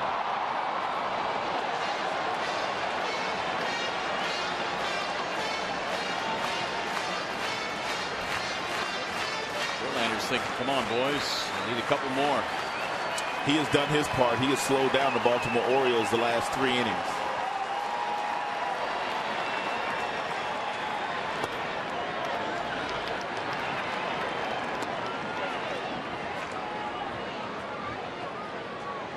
What a turnaround for Verlander after 57 pitches in his first 2 innings. 43 the rest of the way. It's all about adjustments. Apparently the Baltimore Orioles had a pretty good game plan coming into this game against JV. And he finally countered that game plan in the 4th inning. And he's put up zeros since then. He's retired 10 straight.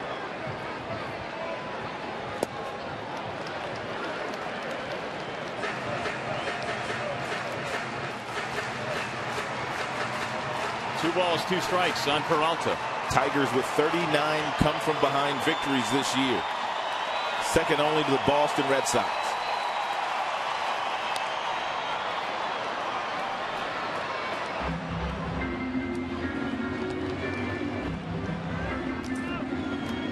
There's action in the bullpen for the Orioles. Jason Birkin.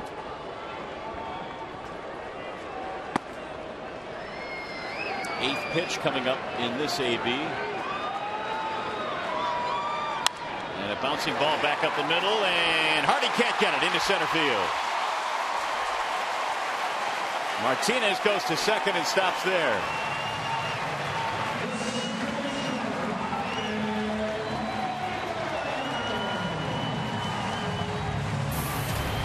So Ryan Rayburn coming up. Brigadier calling time, and he will make a visit out to the mound. Guthrie knocking on the door of 100 pitches in this game. Had a 5-0 lead to work with at one point.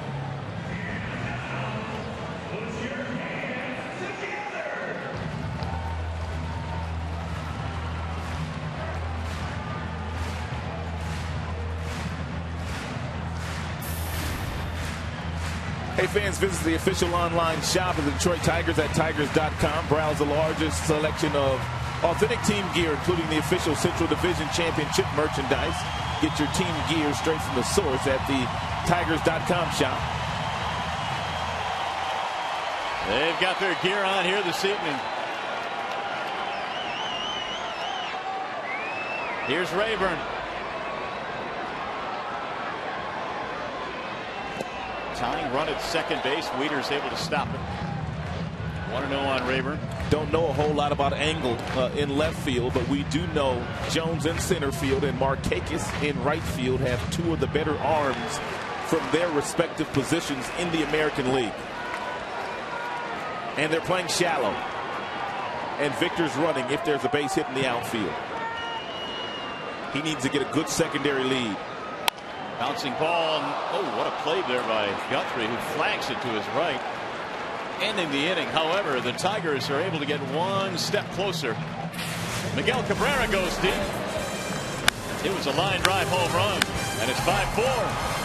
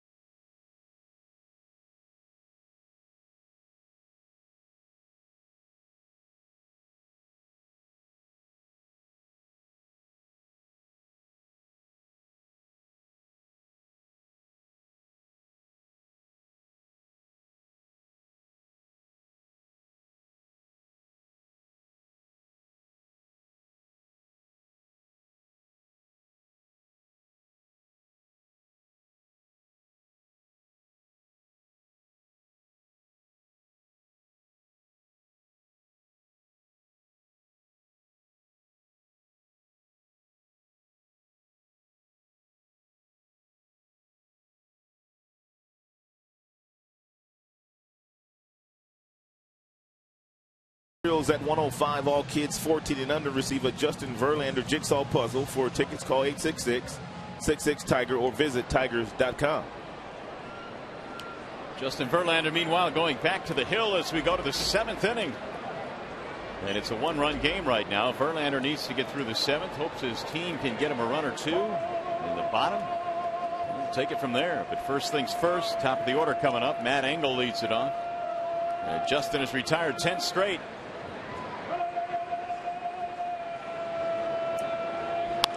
First pitch fouled away. It was Engel who led off the game with a home run. Verlander gave up 1 in the first, 3 in the second, 1 in the third.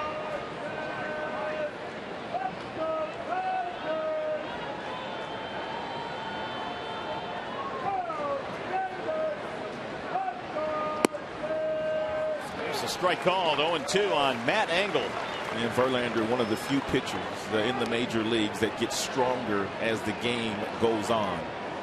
After 100 pitches, it's nothing unusual for Verlander to touch 100 miles an hour with his fastball.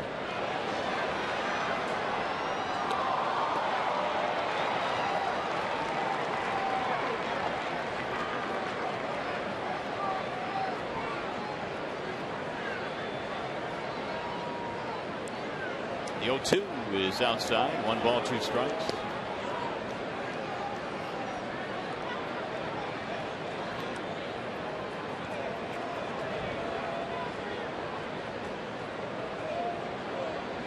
And the 1-2. Swing and a miss. 1 gone. Well, you know, Verlander probably the leader in the clubhouse as far as the Cy Young Award is concerned, but take a look at some of the offensive numbers that some of the other players have put up that will give him some competition this year for a possible MVP. Granderson, Gonzalez, Cabrera, Bautista all having fine years offensively. Verlander has just picked up his 250th strikeout. We will also show you Roger Clemens in 1986 when he won the Cy Young and the MVP, and some of the offensive numbers that were put up that year by some of the players in the league.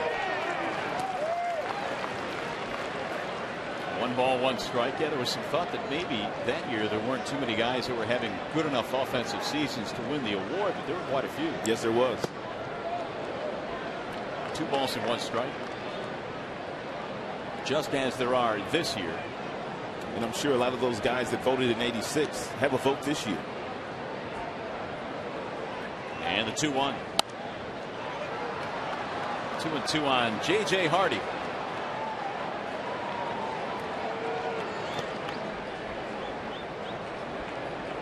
Pedro Strop warming up. He's done well for Baltimore. Got a good breaking ball.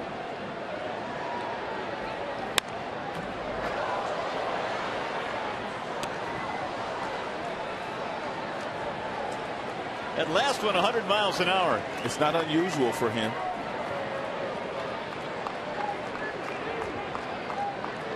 $108 pitches in, throwing 100 miles an hour. 3-2. 11 straight retired by Verlander. Davis reaching on an error way back in the 3rd. Markakis waiting on deck.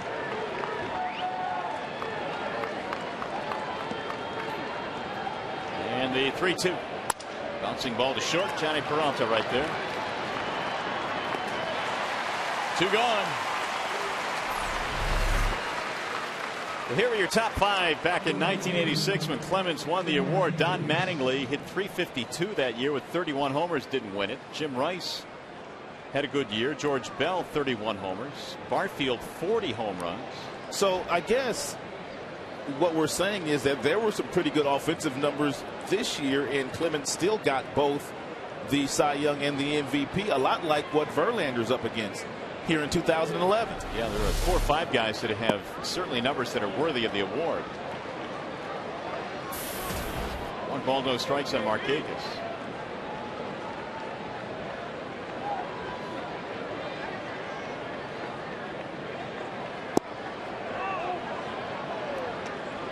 Two and 0.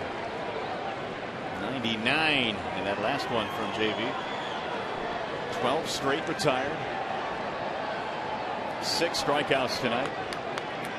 And the 2-0. 3-0. if he wants Markakis, that would bring Vladimir Guerrero up.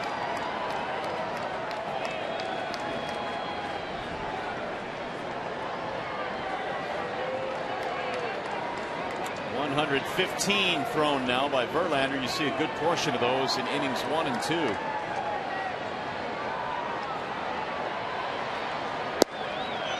And a strike call. 3-1. Markakis RBI single in 3 at-bats tonight. 5-4. Orioles lead. They led 5-0 at one point. Bouncing ball fair inside the bag at third. Markakis taking the turn, and he'll hold up. So that'll stop the string of 12 straight retired.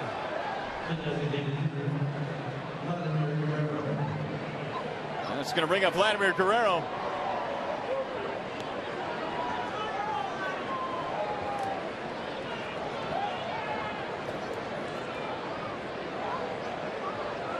Verlander needs one more out to get through 7 innings and hope his offense can go to work. Albuquerque warming up.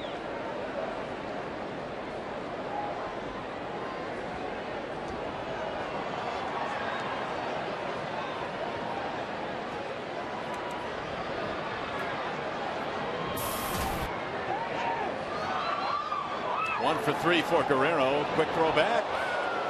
Close.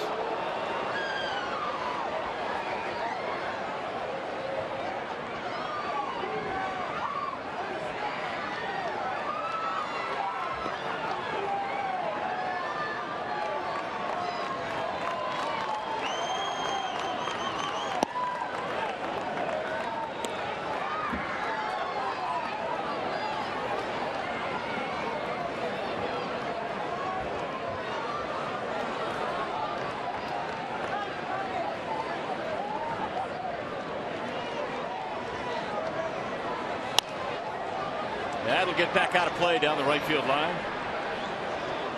1 ball, 1 strike.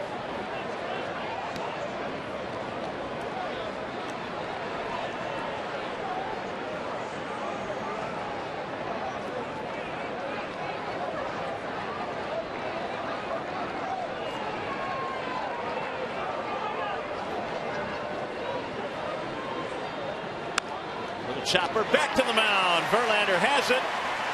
And that's it for the Orioles. Verlander pitches through 7. Now it's up to the offense.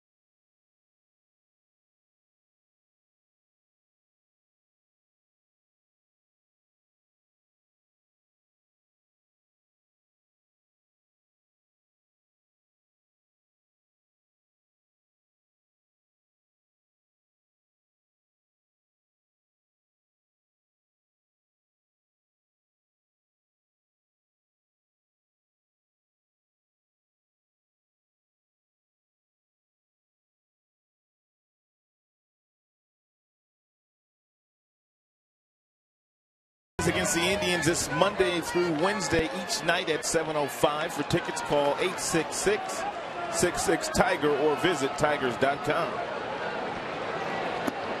And Don Kelly leads it off now as we go to the bottom of the 7th inning here at the ballpark. Tigers down 5-4.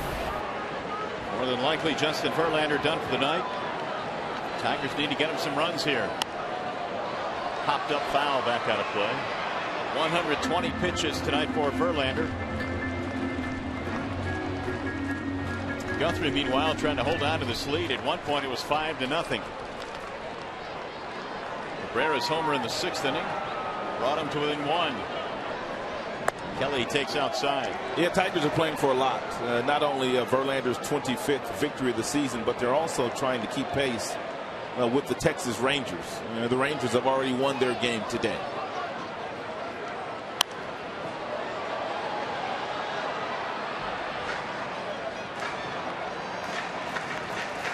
That victory for Texas makes them 92-66.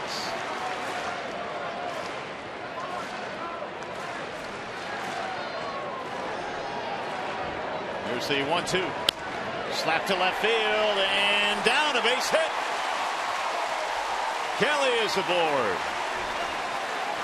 Leadoff single here in the 7th. It's going to be interesting to see how Jim plays this here in the 7th inning with Jackson in the batter's box. Obviously, Jackson has the ability to bunt for a hit, and that would get the big boys up to the ditch with runners in scoring position. Kelly didn't even know where that ball was. Looks like that's going to be it for Guthrie. We'll get a pitching change here at Comerica. It's a wall side windows pitching change. Guthrie is out, and we'll be back to Comerica Park in a 1-run ball game.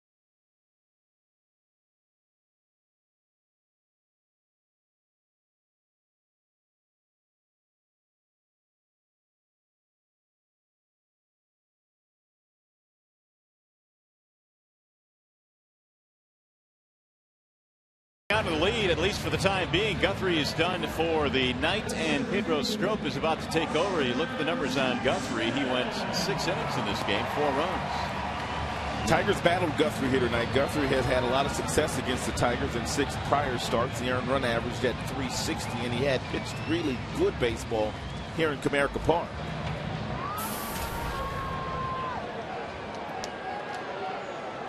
.196 earned run average for Strop. We saw him a couple of days ago. He's fearless with his breaking ball. He can throw it for a strike whenever he wants to. And he also has a mid-90s fastball. Let's see if Jackson's bunting. I'm not sure. Davis in a couple of steps at third on the grass, and he is showing bunt, and he lays one down. Strop. They'll get the out at first, sacrifice for Austin. He's had quite a few of those this year. Nice job.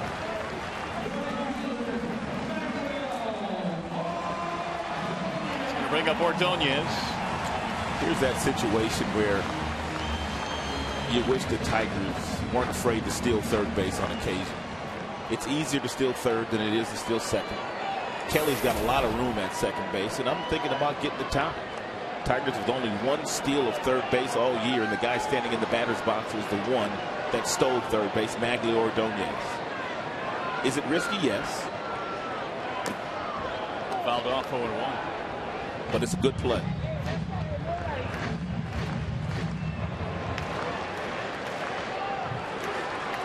You can see how much room Andino is giving Don Kelly at second base. A lot of room. Swing and a miss. 0-2 on Maglio.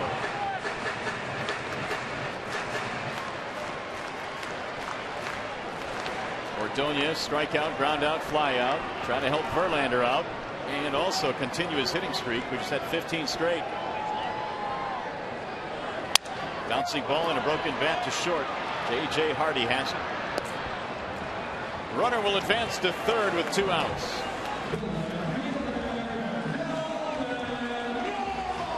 It'll be up to Delman Young now to drive him in.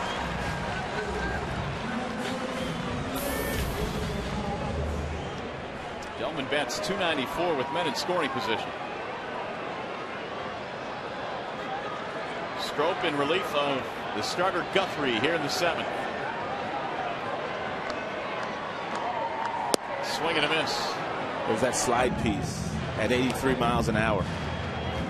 And Strop, he's fearless with that pitch. 0-for-2 career against Strop. For Delman Young. Now the 0-1. 96, but he missed. 1-1.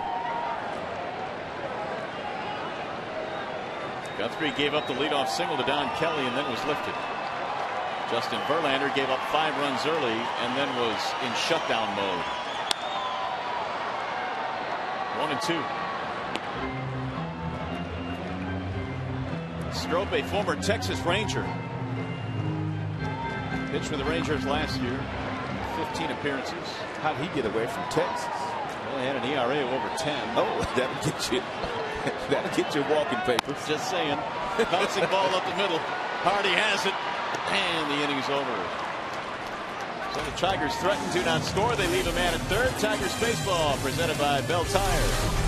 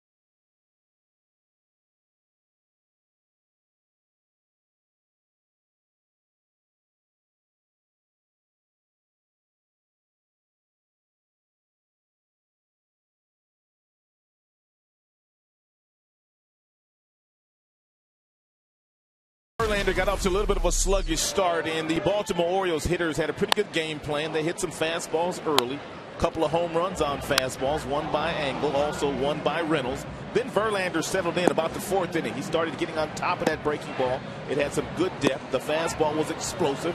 He hit 100 miles per hour on his 108th pitch of the evening, and he put himself in a situation where he could have won had the Tigers scored last half inning a couple of runs, but they didn't for Verlander. So right now he stands to lose. He can't win it. And he'll finish with an ERA of 2.40. That is just a smidge ahead of Weaver. Weaver has one more start, though, doesn't he? I believe he does. Albuquerque, the new pitcher. You'd have to believe that they'll try to give him the ball at some. He pitched yesterday. Right. So I guess they have one more game on Wednesday. He might get that ball against Texas. 2.41 to 2.40. That's the difference between Verlander and Weaver. Verlander at 2.40. Weeder's the batter. Weeders and Jones, the only Orioles that have yet to reach base in this game. Ground ball and a couple of fly balls for Matt Weeders. Albuquerque trying to keep it right here at a one-run game. Ground ball right side, base hit. It found a hole. Leadoff man aboard for the Orioles. And the O's now have 9 hits.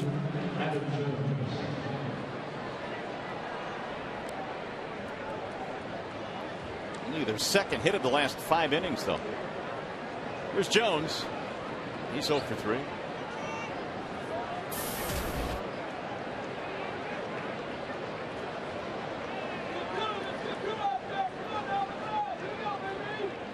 Verlander retired 13 of the last 14 men he faced. Swing and a miss.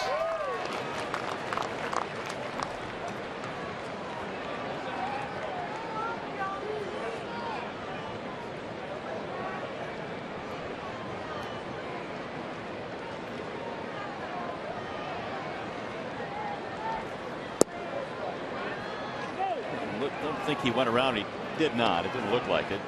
And Sam Holbrook said he held up 1-1. Orioles have not scored since getting a run in the third. Texas a winner today. They beat Seattle 7-3. Bouncing ball left side. Diving stop. Kelly to his knees. Goes to second one, and that's all they get. What a terrific play.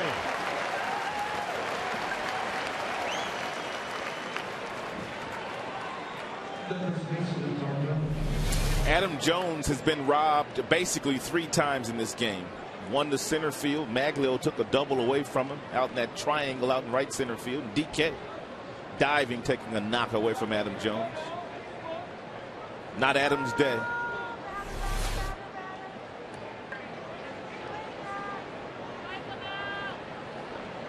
Here's Reynolds.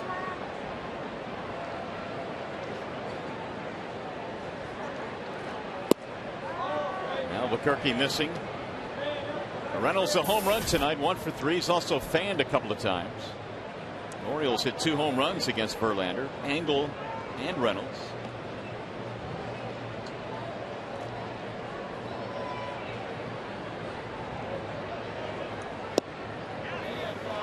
One and one.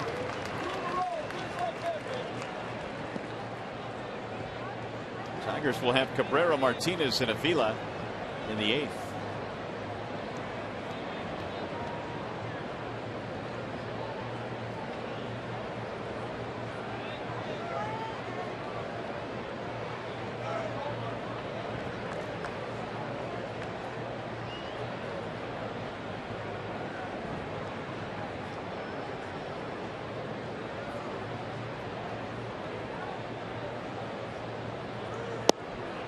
Good pitch again on the outer edge. 1-2.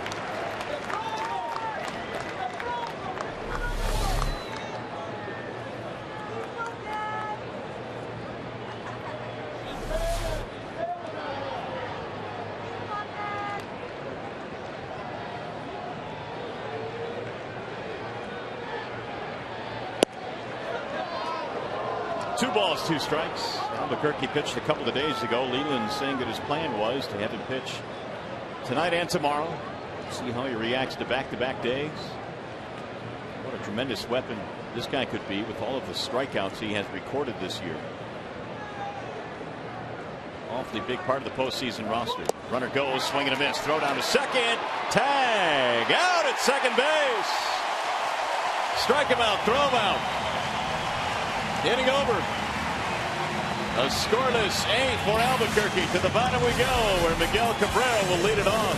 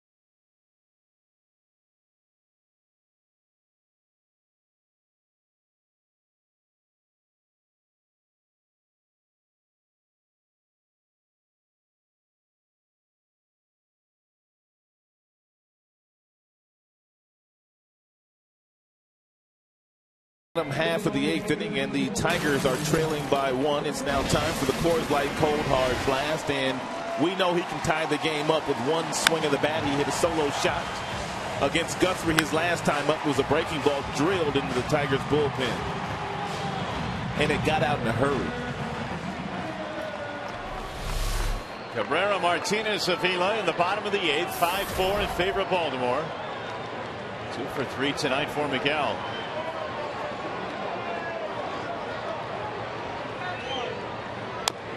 Rolls the first one foul, 0-1. Good two-seam fastball from Stroke at 95 miles an hour with some late moving action on it.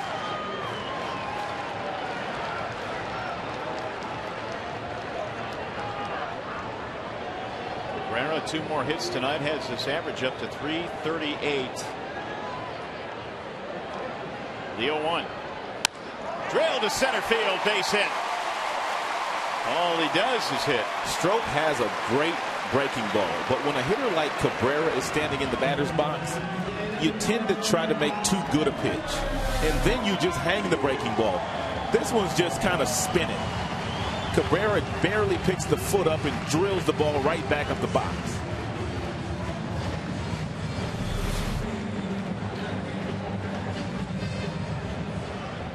Now Martinez, single double in his last 2 at-bats.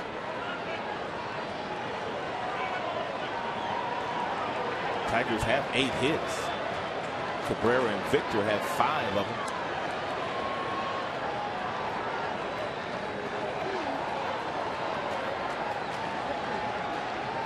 Awful lot of production out of 4 and 5 tonight. Rolls it foul. 0 for 2 for Martinez against Pedro Stroke.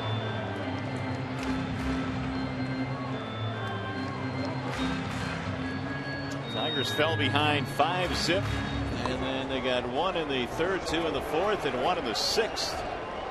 As former Tiger Clay Rapata warms up.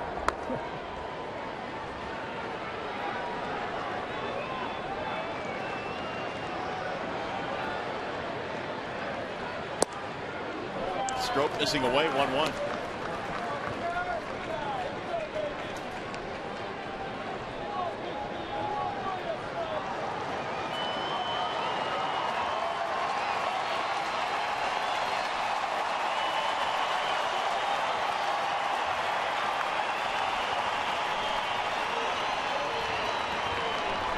The 1-1 pitch. Bouncing ball left side. Hardy. Tough hop, throws to second, 1 relay. Martinez beats it out. 1 on, 1 out.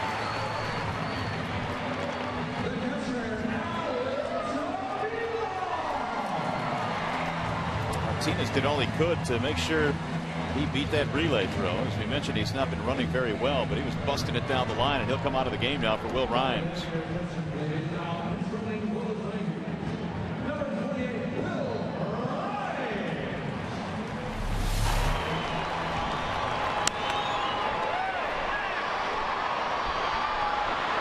He knew he had to beat this one out, and he did. So Rhymes takes over at first, pinch runner. He now is the tying run here in the 8th. Here's Avila. That one almost got away from Reynolds. Reynolds playing first base these days. He made an awful lot of errors playing third, 26 of them, as a matter of fact.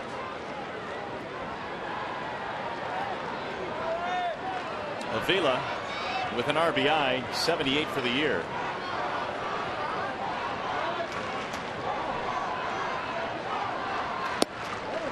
Strike call.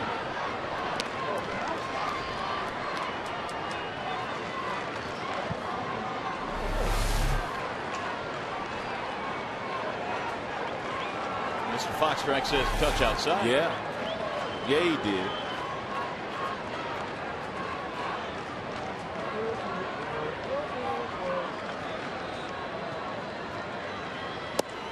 That one is outside. 1-1.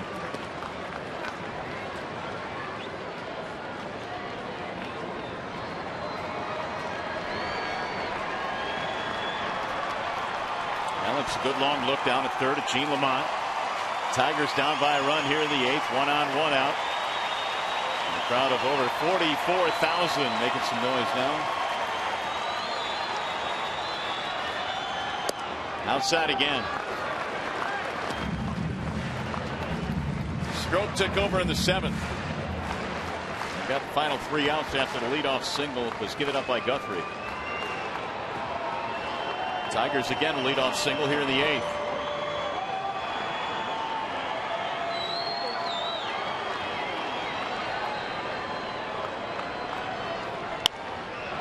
Toward left field, slicing. Back out of play. Wow, good grab.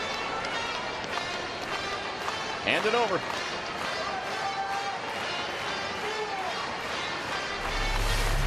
Barehanded too. Nicely done.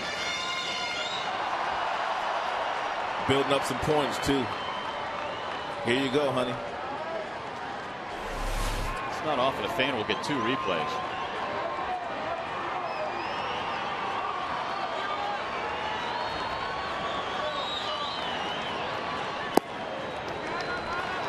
Three and 2 on Avila.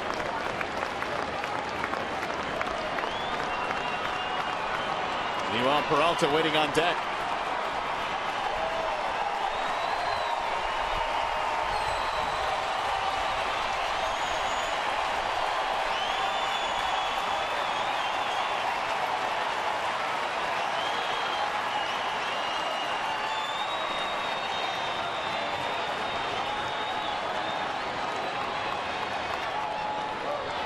Runner goes and a bouncer back up the middle. Hardy crosses over the bag to make the play.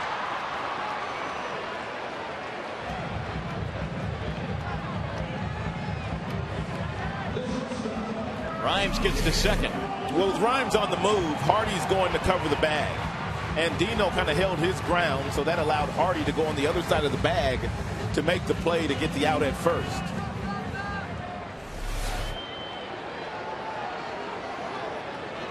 That'll put the tying run in scoring position. It'll take a hit now from Johnny Peralta. Single and a sac fly in this game. 309 this year. Runners in scoring position. Ooh, he had a rip at 96 and he fouled it straight back. Johnny knew it too. How about these numbers? Nice. 2 out. Runners in scoring position. 382. Tigers tonight 1 for 6 with men in scoring position.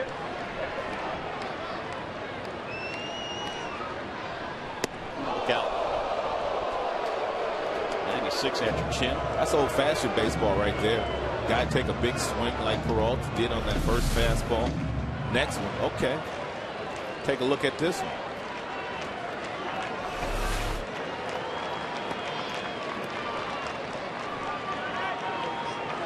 And usually pitchers go right back outside with the breaking ball after a fastball that's inside.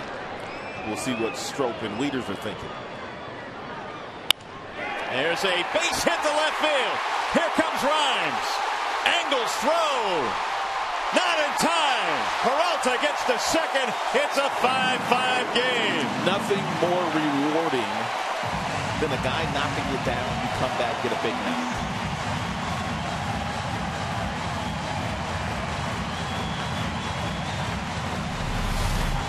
The 0-1 pitch, he knocked him down, then he came back with a hanging breaking ball, and Peralta hitting 382 with 2 outs and runners in scoring position, drills it past Hardy, and Rhymes able to carry it home. Angle took an extra beat to get rid of that ball. I don't think it made a difference, though. 83rd RBI of the year for Peralta. Tigers have come all the way back from a 5-0 deficit. Now they have a chance to take the lead.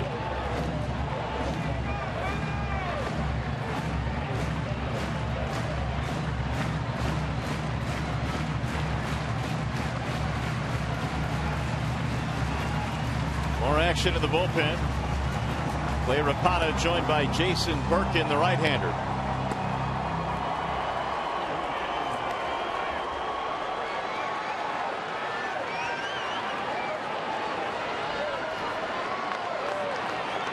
So Johnny now represents the go-ahead run. Here is Rayburn.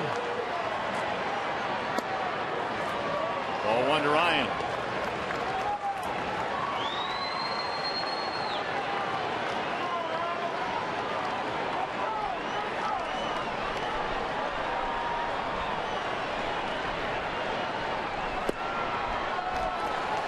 Two and 0.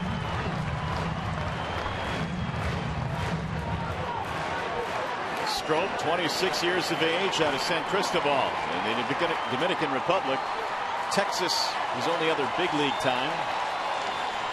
And a ball outside.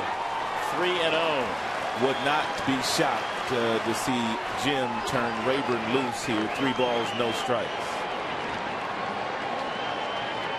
And then again, Strop may be pitching around Rayburn by design to get to Kelly. We'll see. He did turn him loose. 3-1.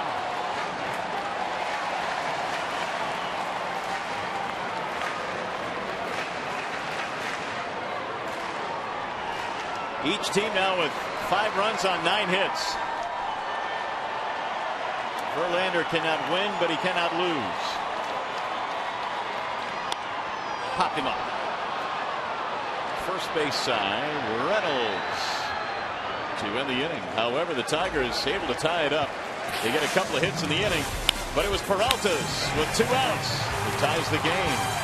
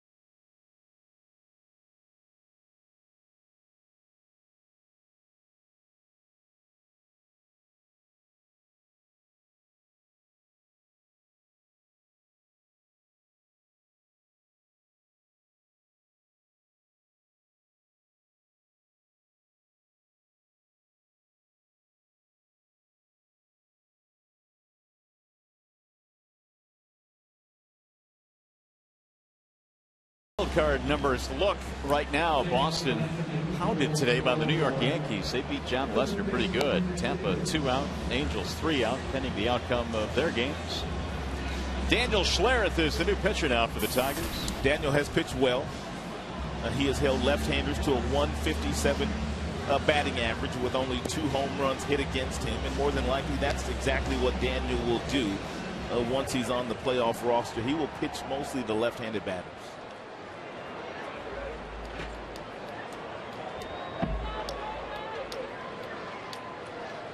It's going to be Chris Davis leading it off here in the 9th. Davis, then Andino and Engel due up, facing the lefty Schlereth.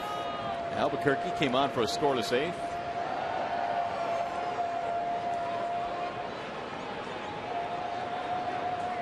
Davis on base twice, single, and reaching on an error.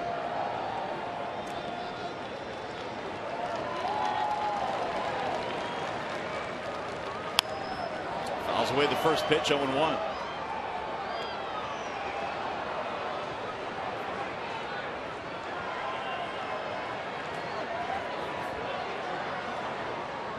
Five runs, 9 hits for the Orioles. 5 runs, 9 hits for Detroit. Verlander went the first 7 tonight. We'll get a no decision. That's drilled to right field on a line, and Maglio plays it on one hop. Leadoff man aboard.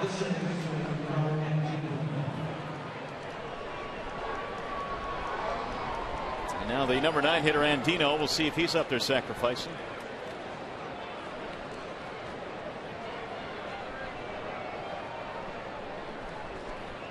Looks like we get a pinch runner as well. Davis coming out of the game. Kyle Hudson pinch running.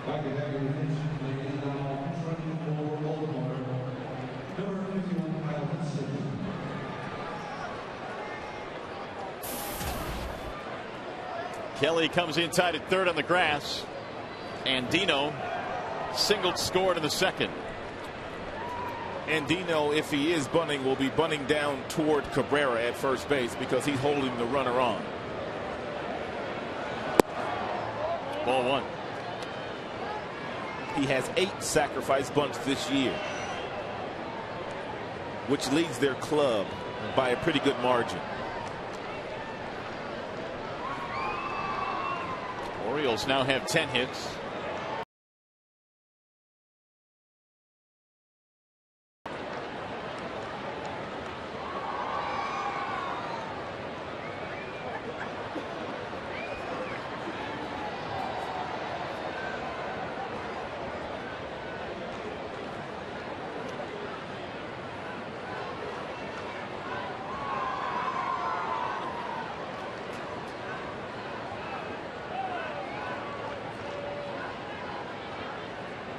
Again, he goes back to first.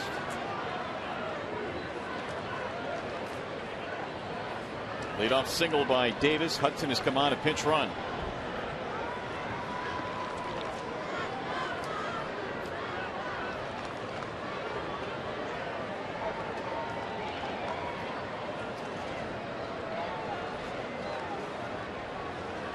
Bunted and foul.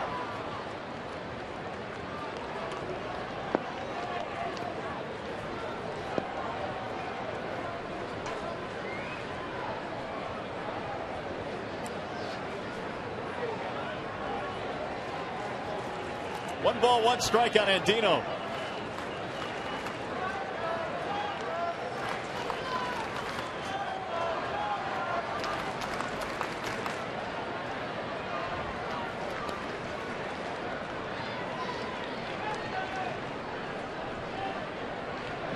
Throw back. Hudson back in again.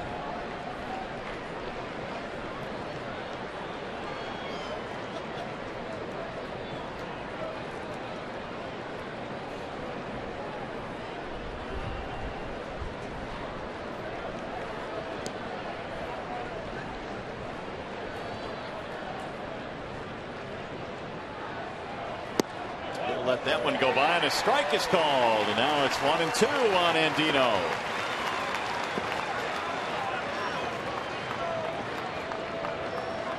So we'll see if they leave the bunt out here with 2 strikes in the count.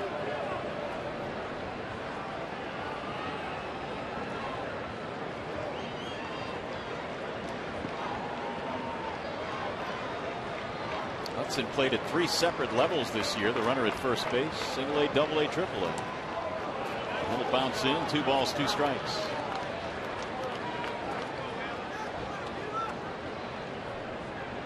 Ended the minor league season batting .297 at Norfolk. He has come on a couple of times in this series to pinch run.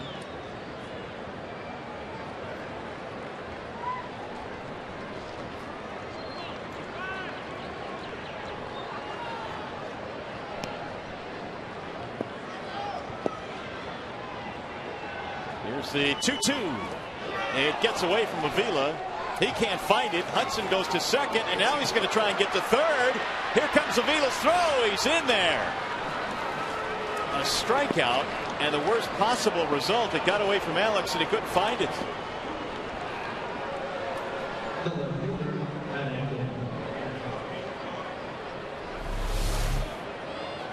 It's a nice job by Hudson on first base. They're realizing that Avila cannot find the baseball, and he was able to get over to third base. Just kind of watching, And then he sees Avila hasn't picked it up, and with his speed, able to get over to first with a head first slide. So the infield coming in now with one out. Go ahead run at third base. Engel trying to deliver the run.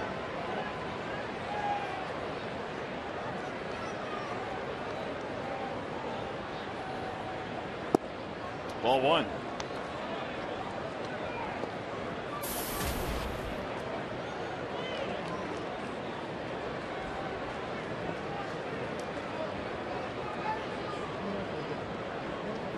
Engel led off the game with a home run against Justin Verlander, his first major league home run, one that he will not soon forget.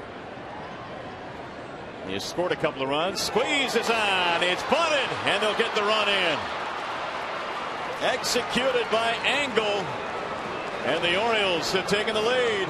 Well, that's what happens when you fall behind in a situation like that, when you have a table setter in the batter's box. It's a 1-0 count. He knows that Slarrett's not going to walk him. Hudson takes off at the perfect time. Engel does his job, just getting the ball into fair territory, and Hudson able to score with ease. Squeeze play executed perfectly. So the bases are empty now with 2 outs, a run in. 6-5 Baltimore. And J.J. Hardy, the batter. The Tiger do-ups are Kelly, Jackson, and Ordonez.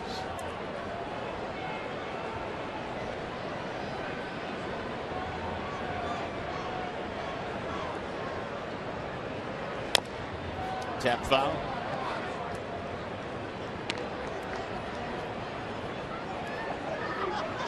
One ball and 1 strike on J.J. Hardy, who singled in 2 big runs early in this game.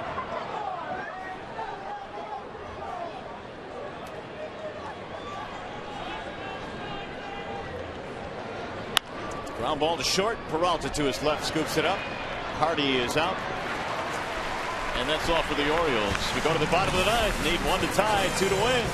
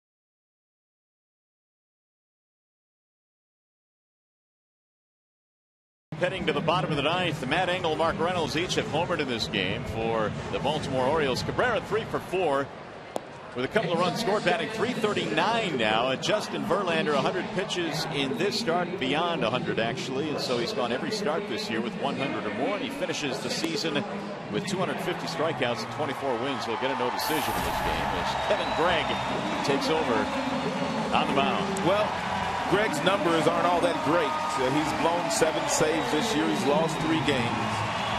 He's walked 40 and 57 and 2/3 innings. So the Tigers have a legitimate shot at coming back and winning this game. It would be their 40th come-from-behind victory of the year. New third baseman is Josh Bell. Don Kelly leads it off against Gregg. First pitch fouled away, 0-1. Kelly, Jackson, Ordonez here in the bottom of the 9th, down by a run.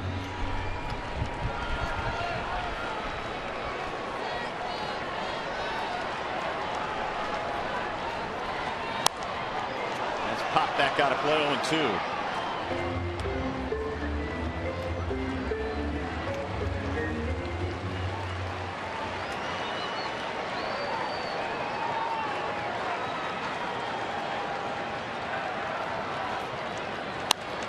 Popped him up. Foul ground. Third base side. Bell. One gone. Hey fans, the first of 3 Red Wings preseason telecasts is tomorrow when they host the Chicago Blackhawks. Join Kim Daniels and Mickey Redmond for the coverage. Tomorrow starting at 5 p.m. right here on Fox Sports Detroit. Doubleheader on Fox Sports Detroit tomorrow. Tiger baseball, Red Wings hockey. Here's Jackson. Trying to get it started. Single sacrifice RBI. And he shoots one foul back out of play. Greg came out of the first game of the series and got the Tigers 1-2-3 in the 9th inning of that game. And that was a 6-5 win for the O's. 1 ball, 1 strike.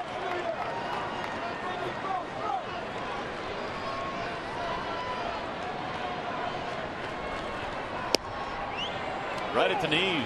1-2.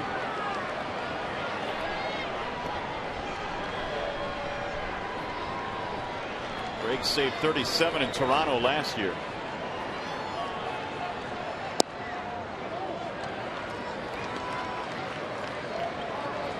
It's the most he has saved in the big leagues. He's been with Florida, the Dodgers, Chicago, Angels. And the 2-2. Way outside. 3 balls, 2 strikes. Ordonez waiting on deck.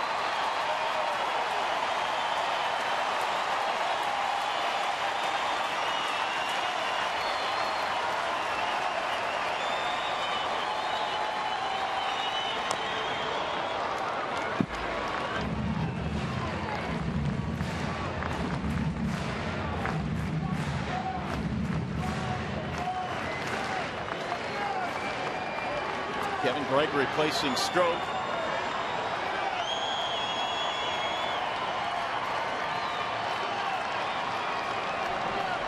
Through just about every sign. Here's the 3-2. Swing and a miss. He struck him out.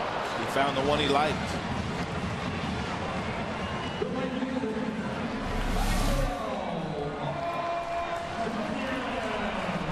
Not much of a slider, more like a cutter. At 87 miles an hour from Greg. So it's up to Maglio. And he looks at strike 1.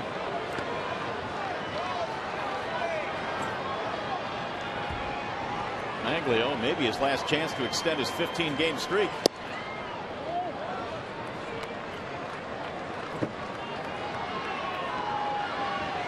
He's faced Greg 4 times in his career, 1 for 4. Just missed 2-1.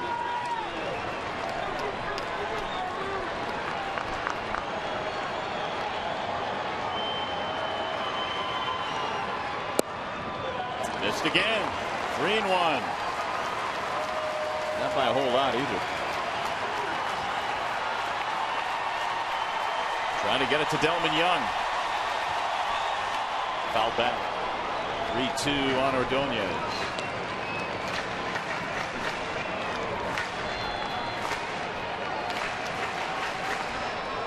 It has not been an easy series, to say the least, against these Orioles. Orioles won game 1. Tigers had to struggle to win game 2. Driven down the left field line. Hooking. He will hit it foul. Whoa. Maglio just out in front of that one.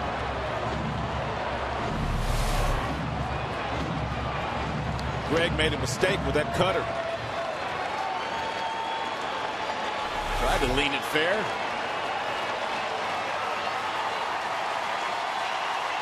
Crowd to its feet. Fouled away.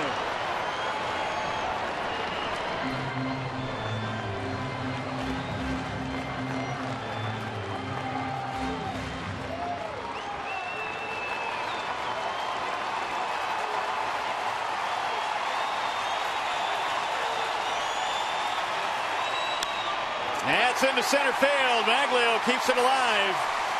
And a 16-game hitting streak as well with a 2-out single.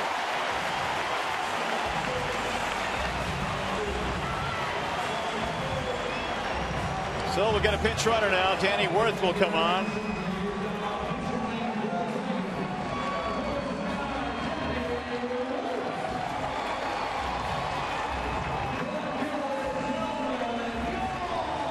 So Ordonez gets the high fives. And now Delman Young with the tying run at first. 0 for 4 for Delman. Ball 1.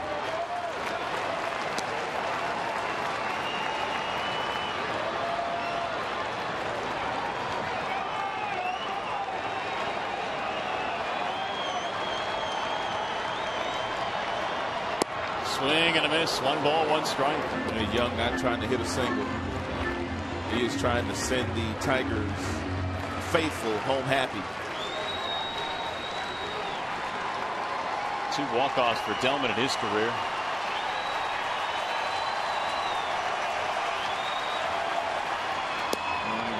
That's in there for a strike. 1 and 2. Hanging, breaking ball there. Delman thought about it, but he just couldn't pull the trigger. At the top of the strike zone, literally. Cabrera would be next. Missed with it. 2 balls, 2 strikes.